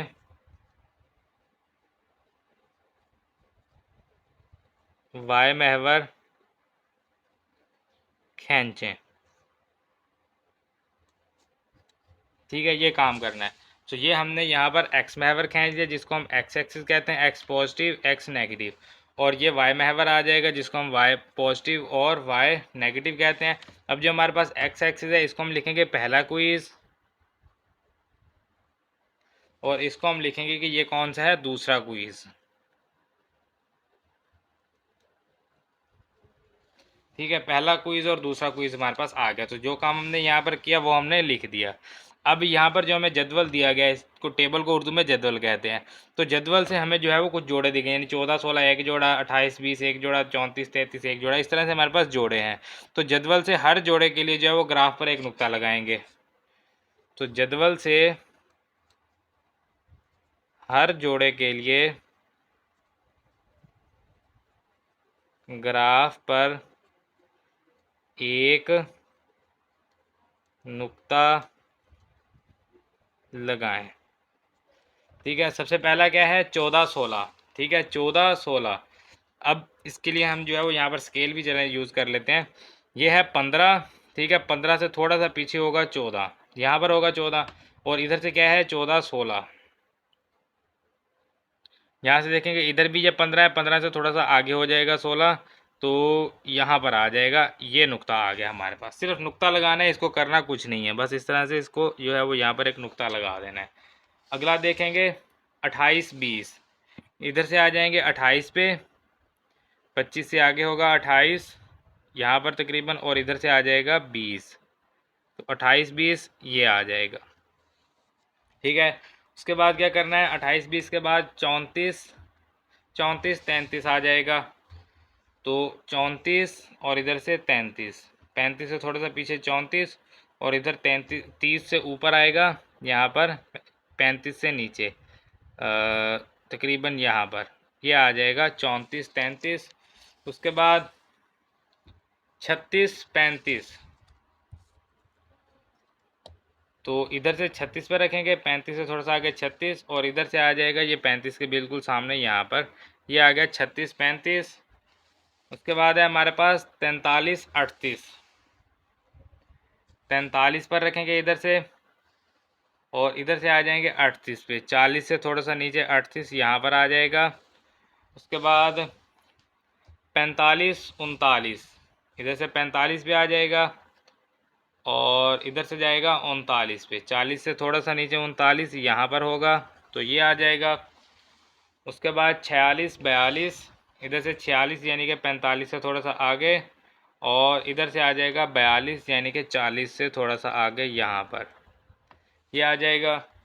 उसके बाद है हमारे पास लास्ट है 49 43, तो 50 से थोड़ा सा पीछे होगा 49 यहाँ पर और इधर से 43 जो है वो आ जाएगा 42 से थोड़ा सा ऊपर यहाँ पर ये आ गया। तो यहाँ से नुक्ते देख लेंगे कितने लगे हैं 1 2 3 4 5 6 7 8 और इधर से जोड़े देखें कितने हैं 1 2 3 4 5 6 7 8, तो 8 ही जोड़े हैं और 8 ही हमने नुक्ते लगाए। तो दूसरा जो है हमने किया वो हमने लिख दिया। अब जो नकात हमारे पास लगे हैं इनको हम नकात के नमूने कह देते हैं, ठीक है। तीसरा लिखते हैं नकात के नमूनों में से एक खत खींचें, एक खत खींचें जो इन नकात के ज़्यादा से ज़्यादा करीब हो।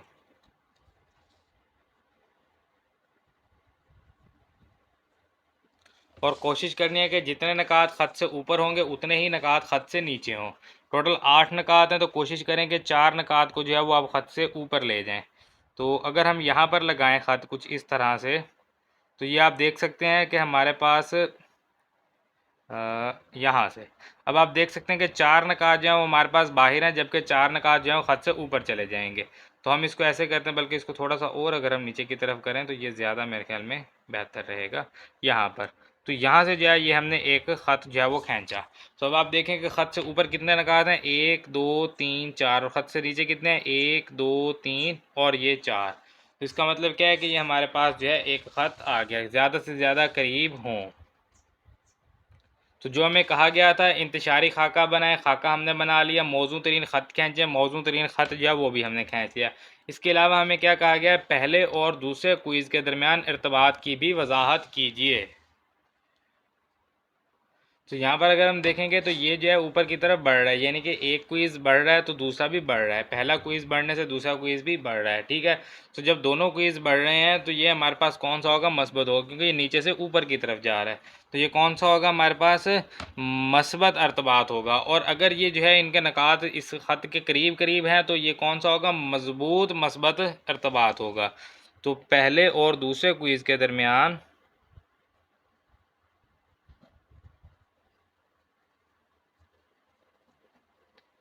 मजबूत मस्बत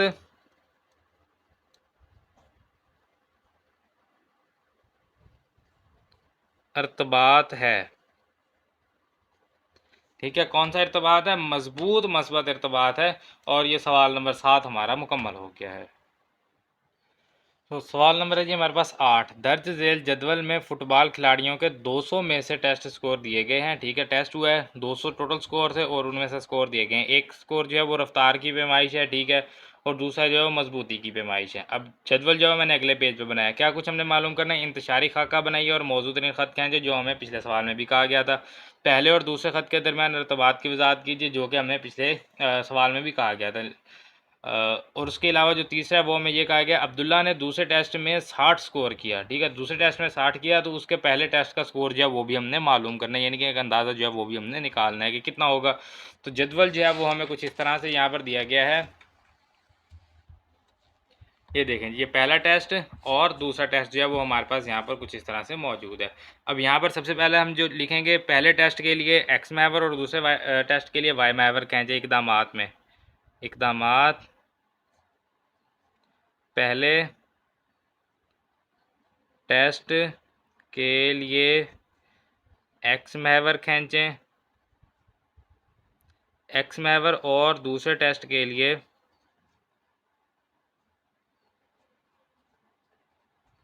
वाई महवर खींचें।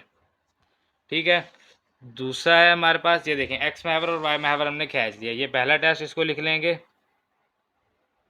पहला टेस्ट, और ये आ जाएगा इधर से दूसरा टेस्ट एक्स महवर और वाई महवर के ऊपर। अब दूसरा नुक्ता हम यहाँ पर लिखेंगे, जदवल से हर जोड़े को, यानी कि जितने भी जोड़े हमें दिए गए हैं, ग्राफ पर एक नुक्ता लगाएं। तो जदवल से हर जोड़े के लिए ग्राफ पर एक नुक्ता लगाएं।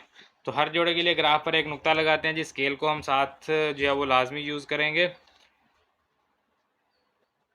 लेकिन अब यहाँ पर प्रॉब्लम यह है कि ये जो स्केल है मेरे पास ये काफ़ी छोटा है, ठीक है, ये इसके ऊपर नहीं आ रहा। मैं इसको ऐसा करता हूँ, थोड़ा ना जूम आउट कर देता हूँ ताकि जो है वो ग्राफ आपको सही से पेज के ऊपर नज़र आए।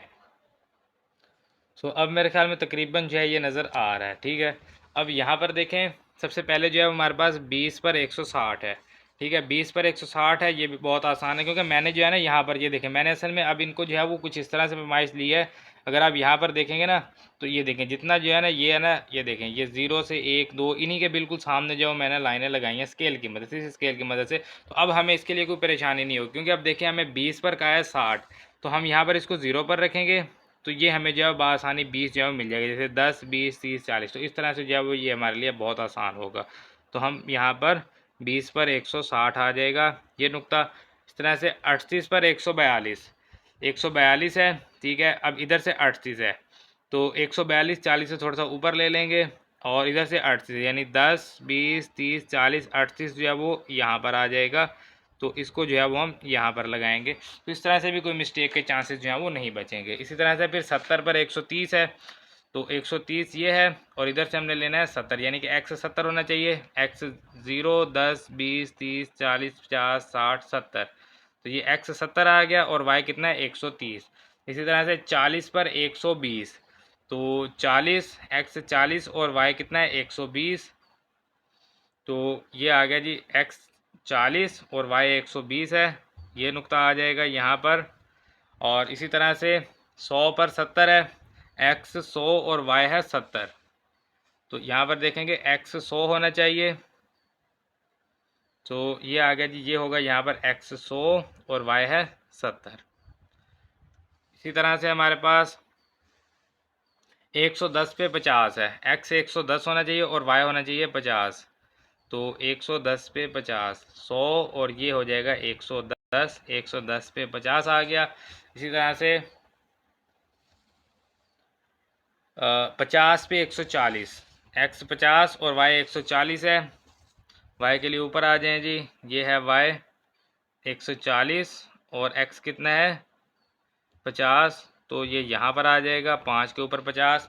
इसी तरह से 136 पे 44, वाई जो है वो 44 है, एक्स 136 है, तो इधर आ जाएंगे 136 पे 44 40, ये आ जाएगा तकरीबन 44। ठीक है, ये ऊपर हमने कर दिया, यहाँ से 40 से ऊपर 44 और एक्स कितना था 136, ये 110 120 130 140, ये 35 से थोड़ा सा आगे 36 यहाँ पर आ जाएगा, तो ये हम इसको लगा देंगे।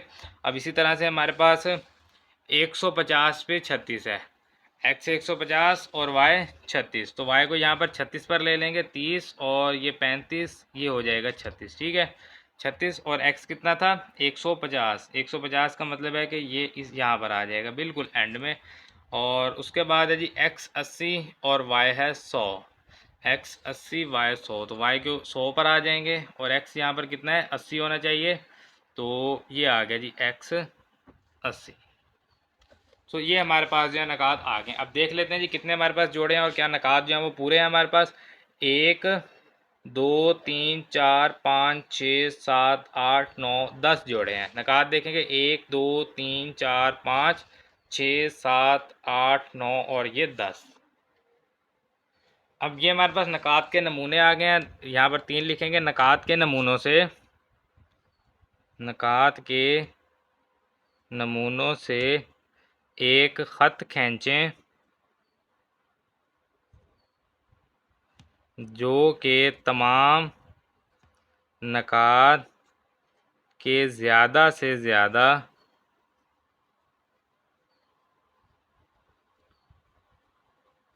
करीब हो।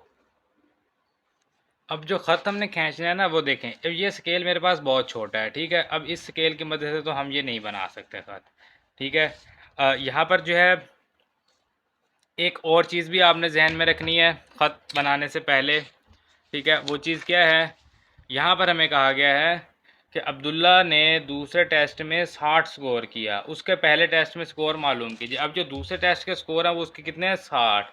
तो ये वाली लाइन जो है इसको भी आपने थोड़ा सा जहन में रखना है कि ये लाइन जो है ये भी आपने जो है वो यहाँ पर देख के चलना है इसको, इस लाइन से, क्योंकि हमें बाद में इससे वास्ता पड़ेगा। तो मैंने यहाँ पर जो है कुछ इस तरह से 2 निशान लगा लिए हैं हल्के से बिल्कुल, ताकि जो है वो हम इसको बआसानी जो है वो यहाँ से ख़त जो है वो गुजार सकेंगे। तो इस नकात को भी हमने साथ में ज़रूर मद्देनज़र रखना है।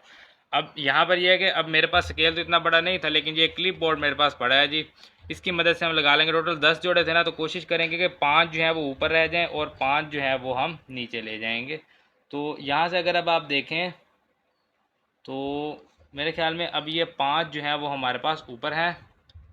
तो इन 5 के लिए हम यहाँ से एक ख़त जो है वो हम खींचेंगे कुछ इस तरह से, दे लेंगे। अब देखें इससे ऊपर कितने हैं, 1 2 3 4 5, और इससे नीचे कितने हैं, 1 2 3 4 और ये 5। तो 5 ही ख़त से नीचे हैं, 5 ही ख़त से ऊपर हैं। तो ये हमारे पास नकात के नमूनों से ख़त जो हमने खींचा जो कि तमाम नकात के ज़्यादा से ज़्यादा करीब है। लेकिन अभी यहाँ तक हमारा काम जो है वो ख़त्म नहीं हुआ। कैसे ख़त्म नहीं हुआ जी, यहाँ से देखें हमें कहा था इंतशारी खाका बनाइए और मौजू तरीन ख़त खींचें। तो हमने इंतशारी खाका बना के एक मौजू तरीन ख़त जो है वो हमने खींचा। पहले और दूसरे ख़त के दरमियान इर्तबात की वजाहत कीजिए।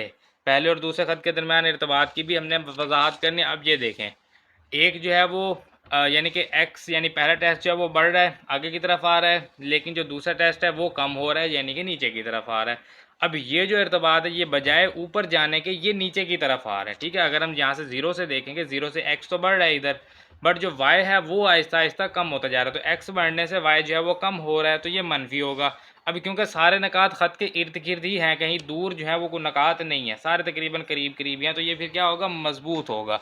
तो ये फिर कौन सा इर्तबात होगा, ये हमारे पास दोनों टेस्टों के दरमियान, यहाँ पर हम लिख लेंगे पहले और दूसरे टेस्ट के दरमियान या ख़त के दरमियान, टेस्ट के दरमियान मजबूत मनफी इर्तबात है, ठीक है। एक तो मनफी इर्तबात है और दूसरा क्या है कि मजबूत है। दो चीज़ें हमारे पास होगी। पहले और दूसरे ख़त के दरमियान इर्तबात की वजाहत करनी थी, वो हमने कर दी। पहले और दूसरे ख़त के दरमियान जो इर्तबात है वो क्या है, मजबूत है और मनफी है, दो चीज़ें होंगी। तीसरी चीज़ क्या है, अब्दुल्ला ने दूसरे टेस्ट में 60 स्कोर किया, उसके पहले टेस्ट में स्कोर मालूम कीजिए। दूसरे टेस्ट में उसने स्कोर कितना किया, 60। तो 60 से जो है वो हम इस ख़त को मिलाएंगे, ये जो ख़त अभी हमने मालूम किया है, तो ये आ गया 60। 60 से ये हमने इस ख़त को मिलाना है और ये यहाँ से नीचे हम लेके आएंगे इसको बिल्कुल स्ट्रेट, कुछ इस तरह से आ जाएगा। अब ये अगर आप देखेंगे यहाँ से, इसको मैं थोड़ा सा ना दोबारा वापस से जूम कर देता हूँ। अब देखें ये अब आपको वाज़े नज़र आ रहा होगा। अब ये देखें ये हमारे पास जो है 110 से आगे है, 120 से पीछे, यानी दरमियान में अगर हम कहेंगे तो दरमियान में भी नहीं है, दरमियान से भी थोड़ा सा जो है वो आगे है। अब यहाँ पर ऐसा है कि अगर तो हमारे पास जो स्केल होंगे हम बिल्कुल एक्यूरेट जो है अगर हम इसको लेके चलते हैं तो फिर हमारे पास आंसर जो है बिल्कुल एक्यूरेट आता है। अदरवाइज अगर आपका ये आंसर यहाँ पर मिलने के बजाय अगर आपका खत थोड़ा सा पीछे या थोड़ा सा आगे हो जाता है तो वैल्यूज़ में काफ़ी फ़र्क आ जाएगा। अब इसका जवाब जो है वो हमें यहाँ पर देखने को मिल रहा है तकरीबन 116 से भी थोड़ा सा कम ही लग रहा है मुझे, यानी 115.5 हो जाएगा, क्योंकि हमें ये नहीं कहा कि आपने मुकम्मल आदाद में लिखना है, तो 115.5। तो हम यहाँ पर लिखेंगे अब्दुल्ला के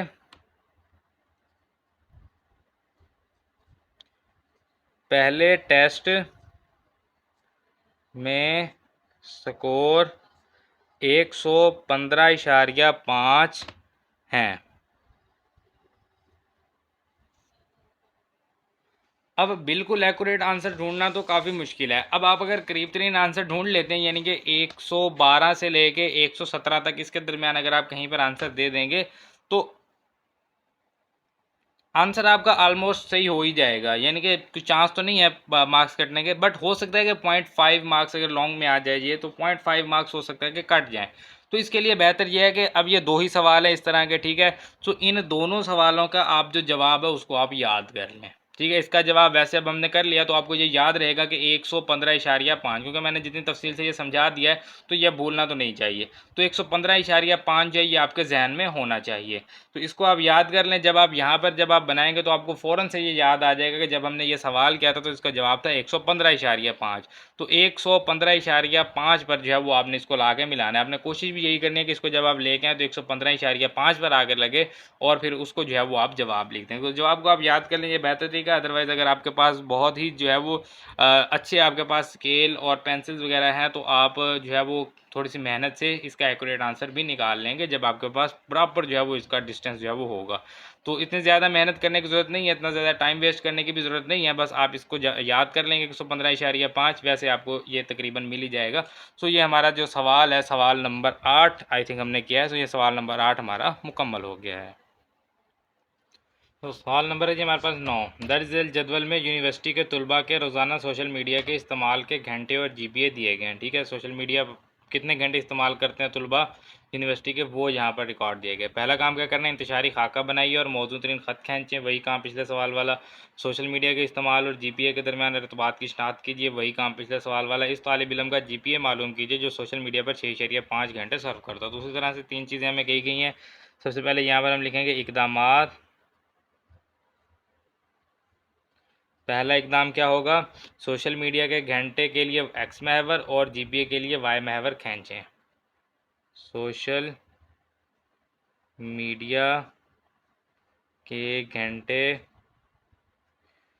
के लिए एक्स महवर और जीपीए के लिए वाई महवर खींचें।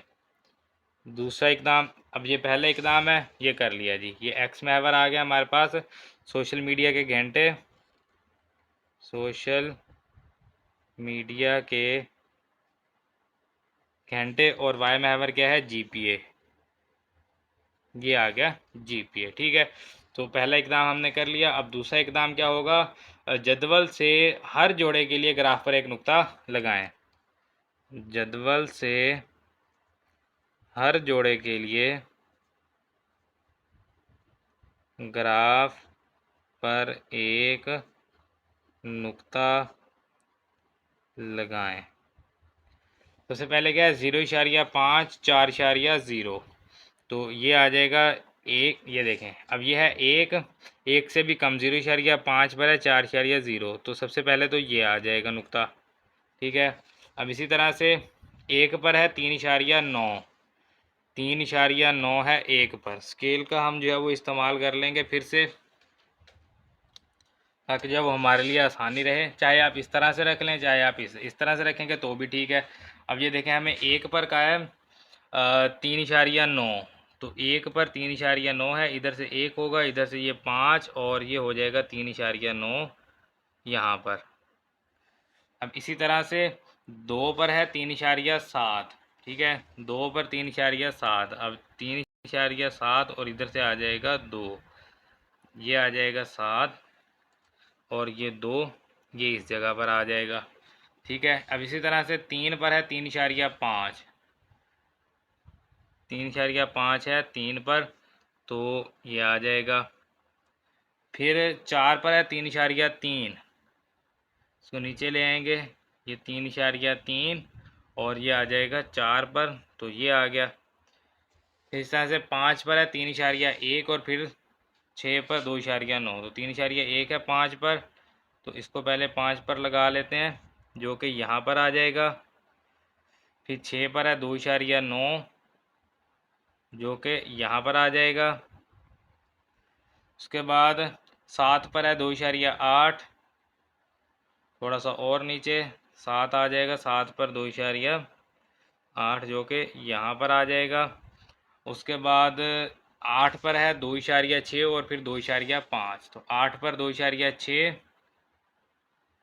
तो यहाँ पर ये 8 पर आ जाएगा 2.6 और 9 पर आ जाएगा 2.5, तो ये आ गया 9 पर 2.5। देखेंगे कितने जोड़े हैं हमारे पास टोटल, 1 2 3 4 5 6 7 8 9 10, और यहाँ पर हमारे पास कितने आ गए, 1 2 3 4 5 6 7 8 9 10, 10 नकात आ गए। अब जो नकात के नमूने, नकात के नमूनों से एक ख़त खींचे जो कि तमाम नकात के ज़्यादा से ज़्यादा करीब हो। नकात के नमूनों से एक ख़त खींचें जो कि नकात के ज़्यादा से ज़्यादा करीब हो। ठीक है, सो एक ख़त हमने खींचना है यहाँ पर। तो टोटल 10 है, कोशिश करें कि 5 ख़त से ऊपर जाएं और 5 आ जाएं नीचे। ये लें जी, ये अभी कितने हैं ऊपर, ये देखें, ये 1 2 3 4 और ये 5, बाकी नीचे हैं, यानी कि मिल रहा है ना उनको। जो थोड़ा सा चले और ऊपर कर दें, यहाँ तक ठीक है। अब ठीक है, 4 बिल्कुल ऊपर है, ठीक है, 2 को टच कर रहा है और 4 बिल्कुल नीचे आ जाएंगे। ठीक है, 1 2 3 और ये 4 बिल्कुल ऊपर हैं, एक ये और एक ये, इन 2 को टच कर रहा है, 4 नीचे आ जाएंगे, तो ये बिल्कुल जो है वो हमारे पास सही वाला जो है वो आ जाएगा यहाँ पर। ठीक है, अब यहाँ पर देखें, इसको भी टच कर रहा है, इसको भी टच कर रहा है, इसको भी टच कर रहा है, बस ये 2 3 नीचे हैं, 2 3 ऊपर हैं, तो बिल्कुल एक्यूरेट हमारे पास आ गया। अब यहाँ से हमने देखना है, हमें यहाँ पर कहा गया है इस तालिब इल्म का जीपीए मालूम कीजिए जो सोशल मीडिया पर 6.5 घंटे सर्फ करता हो। तो 6.5 पर आना है हमने, यहाँ से देखेंगे 6.5, यहाँ पर चलें, ये स्केल यहाँ पर रख लें, 6.5 को देखेंगे कहाँ पर जाके मिलता है। ये देखें, अभी 6 पर भी नहीं मिला, तो अब जाके मिला है 6.5 पे, ऐसा ही है। ये देखें, ये 6 है और ये आ गया 6.5, तो इसको जो है वो हम यहाँ से मिला देंगे कुछ इस तरह से, और यहाँ से ये नीचे आ जाएगा 6.5 पे, यानी कि ये हम 6.5 से लेके गए हैं। ठीक है, और इधर जाके ये मिला कहाँ पर है, 3.0 पर। यहाँ पर एरो लगा देंगे कि यहाँ से हम गए हैं, ठीक है, और यहाँ पर आके हम मिले हैं। इसी तरह से यहाँ पर आप एरो लगा देंगे, गए हम इधर से हैं, जवाब हमें आके इधर मिला था। यहाँ पर 60 हमें दिया गया था और हमने जवाब में निकाला था 115.5। यहाँ पर अब हमें 6.5 जो है घंटों का बताया गया है, इसकी मदद से हमने ये निकाल लिया। अब ये कितना होगा, ये 5 6 7 8 9 पर आ जाएगा, 2.9, 3 से थोड़ा सा कम है तो 2.9। वैसे आप इसको याद भी कर सकते हैं, अदरवाइज जिस तरह से मैंने ये लाइनें लगाई हैं अब आपके सामने लगाई हैं ना, बिल्कुल एक्यूरेट अगर आप लगाएंगे तो फिर आपको जो है जवाब बिल्कुल सही मिलेगा। तो अब यहाँ पर हमें 2 चीज़ें कही गई, सोशल मीडिया के इस्तेमाल और जीपीए के दरमियान इर्तबात की शनाख्त कीजिए। यहाँ पर हम लिखेंगे सोशल मीडिया के इस्तेमाल और जीपीए के दरमियान क्या है जी, ऊपर से नीचे की तरफ आ रहा है, यानी कि एक्स जो है वो बढ़ रहा है लेकिन वाई जो है वो कम हो रहा है। ठीक है, एक्स आहिस्ता आहिस्ता ज़्यादा हो रहा है लेकिन वाई क्या होता जा रहा है, कम होता जा रहा है। नीचे की तरफ आ रहा है तो मनफी होगा, लेकिन मजबूत मनफी होगा क्योंकि बिल्कुल करीब करीब नकात हैं। तो मजबूत मनफी जीपीए के दरमियान मजबूत मनफी इर्तबात है। एक चीज़ ये थी हमारे पास, दूसरी क्या थी, उस तालिब इल्म का जीपीए मालूम कीजिए सोशल मीडिया पर 6.5 घंटे सर्फ करता हो। सो जो तालिब इल्म सोशल मीडिया पर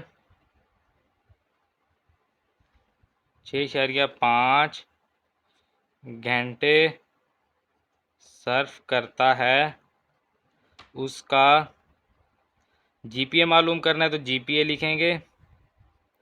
उसका जीपीए कितना है? उसका जीपीए है यहाँ पर हमारे पास है 2.9। 2.9 है। ये जो मैंने तीर लगाए हैं ये सिर्फ आपको समझाने के लिए लगाए हैं, ये कोई सवाल का हिस्सा नहीं है, ज़रूरी नहीं है, ठीक है। अगर आप लगाएंगे ठीक है, अदरवाइज जब आप दोबारा कभी ये वीडियो देखेंगे तो आपको ये समझ आ जाएगी कि ये जो है हमारे पास यहाँ अगर आपने नोट्स बनाएंगे आप तो आपको ये देख के समझ आएगी हम 6.5 से चले और हमें 2.9 मिला है, जबकि इस सवाल में हम 60 से चले थे और हमें ये जो है 115.5 मिला था। तो ये जो है इसके लिए जो है वो एरो जो है वो काफ़ी यूजेबल होते हैं, ठीक है, काफ़ी फ़ायदेमंद साबित होते हैं। तो ये 3 चीज़ें हमें कही गई थी। इंतशारी खाका बनाना था, बना लिया। मौजू तरीन ख़त खींचना था, खींच लिया। सोशल मीडिया के इस्तेमाल और जीपीए के दरमियान इर्तिबात बताना था, वो भी हमने बता दिया। तालिब इल्म का जीपीए बताना था जो 6.5 घंटे सर्व करता है, तो वो भी हमने बता दिया, जो कि है 2.9। तो ये हमारा सवाल नंबर 9 जो है मुकम्मल हुआ। इसके साथ हमारी मश्क 11.1 जो है ये मुकम्मल हो गई है। अब हम हमेशा की तरह इस मश्क के भी तफसीली और मुख्तसर सवालात के ऊपर बात करेंगे। सबसे पहले सवाल नंबर 1 तफसीली सवाल है, लॉन्ग क्वेश्चन है। 2 भी लॉन्ग क्वेश्चन है। सवाल नंबर यहाँ से आ जाएं 8 और 9, ये आखिरी, पहले 2 और आखिरी 2 ये जो हैं ये तो बिल्कुल ही लॉन्ग हैं। अब ये जो सवाल नंबर 7 है ये भी वैसे लॉन्ग है, शॉर्ट में भी आ सकता है, लेकिन जो है वो यहाँ पर सिर्फ ये आ सकता है कि तुलबा के क्विज़ के लिए इंतशारी खाका बनाइए, बस इतना होगा। मौजू तरीन ख़त का मुश्किल कहा जाएगा, और अगर पूरा कहा जाएगा तो फिर आप इसको लॉन्ग में ही करेंगे, अदरवाइज़ ये शॉर्ट में ज़्यादा चांसेस हैं इसके कि यहाँ पर आपको ये सवाल दे दिया जाए तुलबा के क्विज़ स्कोर के लिए एक इंतशारी खाका बनाइए, तो बस आपने शॉर्ट में एक खाका बना देना है, वहाँ पर आपको जो है ख़त खींचने की ज़रूरत नहीं होगी। और ख़त भी अगर कह दिया जाएगा तो एक ख़त ही उन पॉइंट्स के दरमियान खींचना तो कोई मुश्किल नहीं है। लॉन्ग में भी आप इसको कर सकते हैं, शॉर्ट में भी कर सकते हैं, दोनों तरह से हो सकता है, लेकिन मैं आपको प्रेफर करूंगा कि आप इसको लॉन्ग में ही रख लें। शॉर्ट में बहुत कम चांसेस है, क्योंकि शॉर्ट में जो है ना, शॉर्ट में हमारे पास ये होगा, ये जो सवाल नंबर 3, सवाल नंबर 4, सवाल नंबर 5, सवाल नंबर 6, ये चारों शॉर्ट हैं। अब ये किस तरह से शॉर्ट है देखें। सवाल नंबर 3 आपको पूरा नहीं दिया जाएगा, कुछ इस तरह से दिया जाएगा, दिए गए मवाद के लिए Q1 Q3 मालूम करें, बस इस तरह से होगा। या आपको कह दीजिए दिए गए मवाद के लिए वस्तानिया और 7 मालूम करें, या Q1 और 7, यानी कि 2 चीज़ें इसमें से आ सकते हैं। सवाल नंबर 3 और 4 दोनों के लिए, तो 3 और 4 दोनों को आपने इस तरह से करना है कि आपके पास जो है चाहे Q1 Q3 वस्तानिया 7 अंदरूनी चहारी हिस्से या इंतहाई कदरें, कोई भी अगर चीज़ होगी तो कोई सी 2 या 3 चीज़ें पूछी जा सकती हैं शॉर्ट में। और अगर पूरा लॉन्ग में आ जाएगा तो फिर क्योंकि आप शॉर्ट में तो आपने करना ही करना है, तो वो लॉन्ग में भी आपका हो जाएगा, अदरवाइज शॉर्ट में ये आपके आ जाएंगे। चारों ये शॉर्ट हैं। बाकी सवाल नंबर 5 और 6 ये तो वैसे ही शॉर्ट हैं, लेकिन 3 और 4 भी एज अ शॉर्ट ही आपने करने हैं, क्योंकि शॉर्ट जो हैं वो फिर अगर सारे इस तरह से लॉन्ग ही होंगे तो फिर शॉर्ट कहाँ से पूरे होंगे, तो फिर इस तरह के सवाल जो हैं उन्हीं में से शॉर्ट निकाले जाएंगे। तो ये मोस्ट प्रोबेबली यहाँ से जो है वो शॉर्ट्स आ सकते हैं। सो ये थी हमारी मश्क 11.1, और इंशाल्लाह अगले लेक्चर में मश्क 11.2 को हल करेंगे। मिलते हैं फिर इंशाल्लाह अगले लेक्चर में अगली मश्क के साथ। तब तक अपना ख्याल रखिए, दुआओं में याद रखिए। अल्लाह हाफिज़।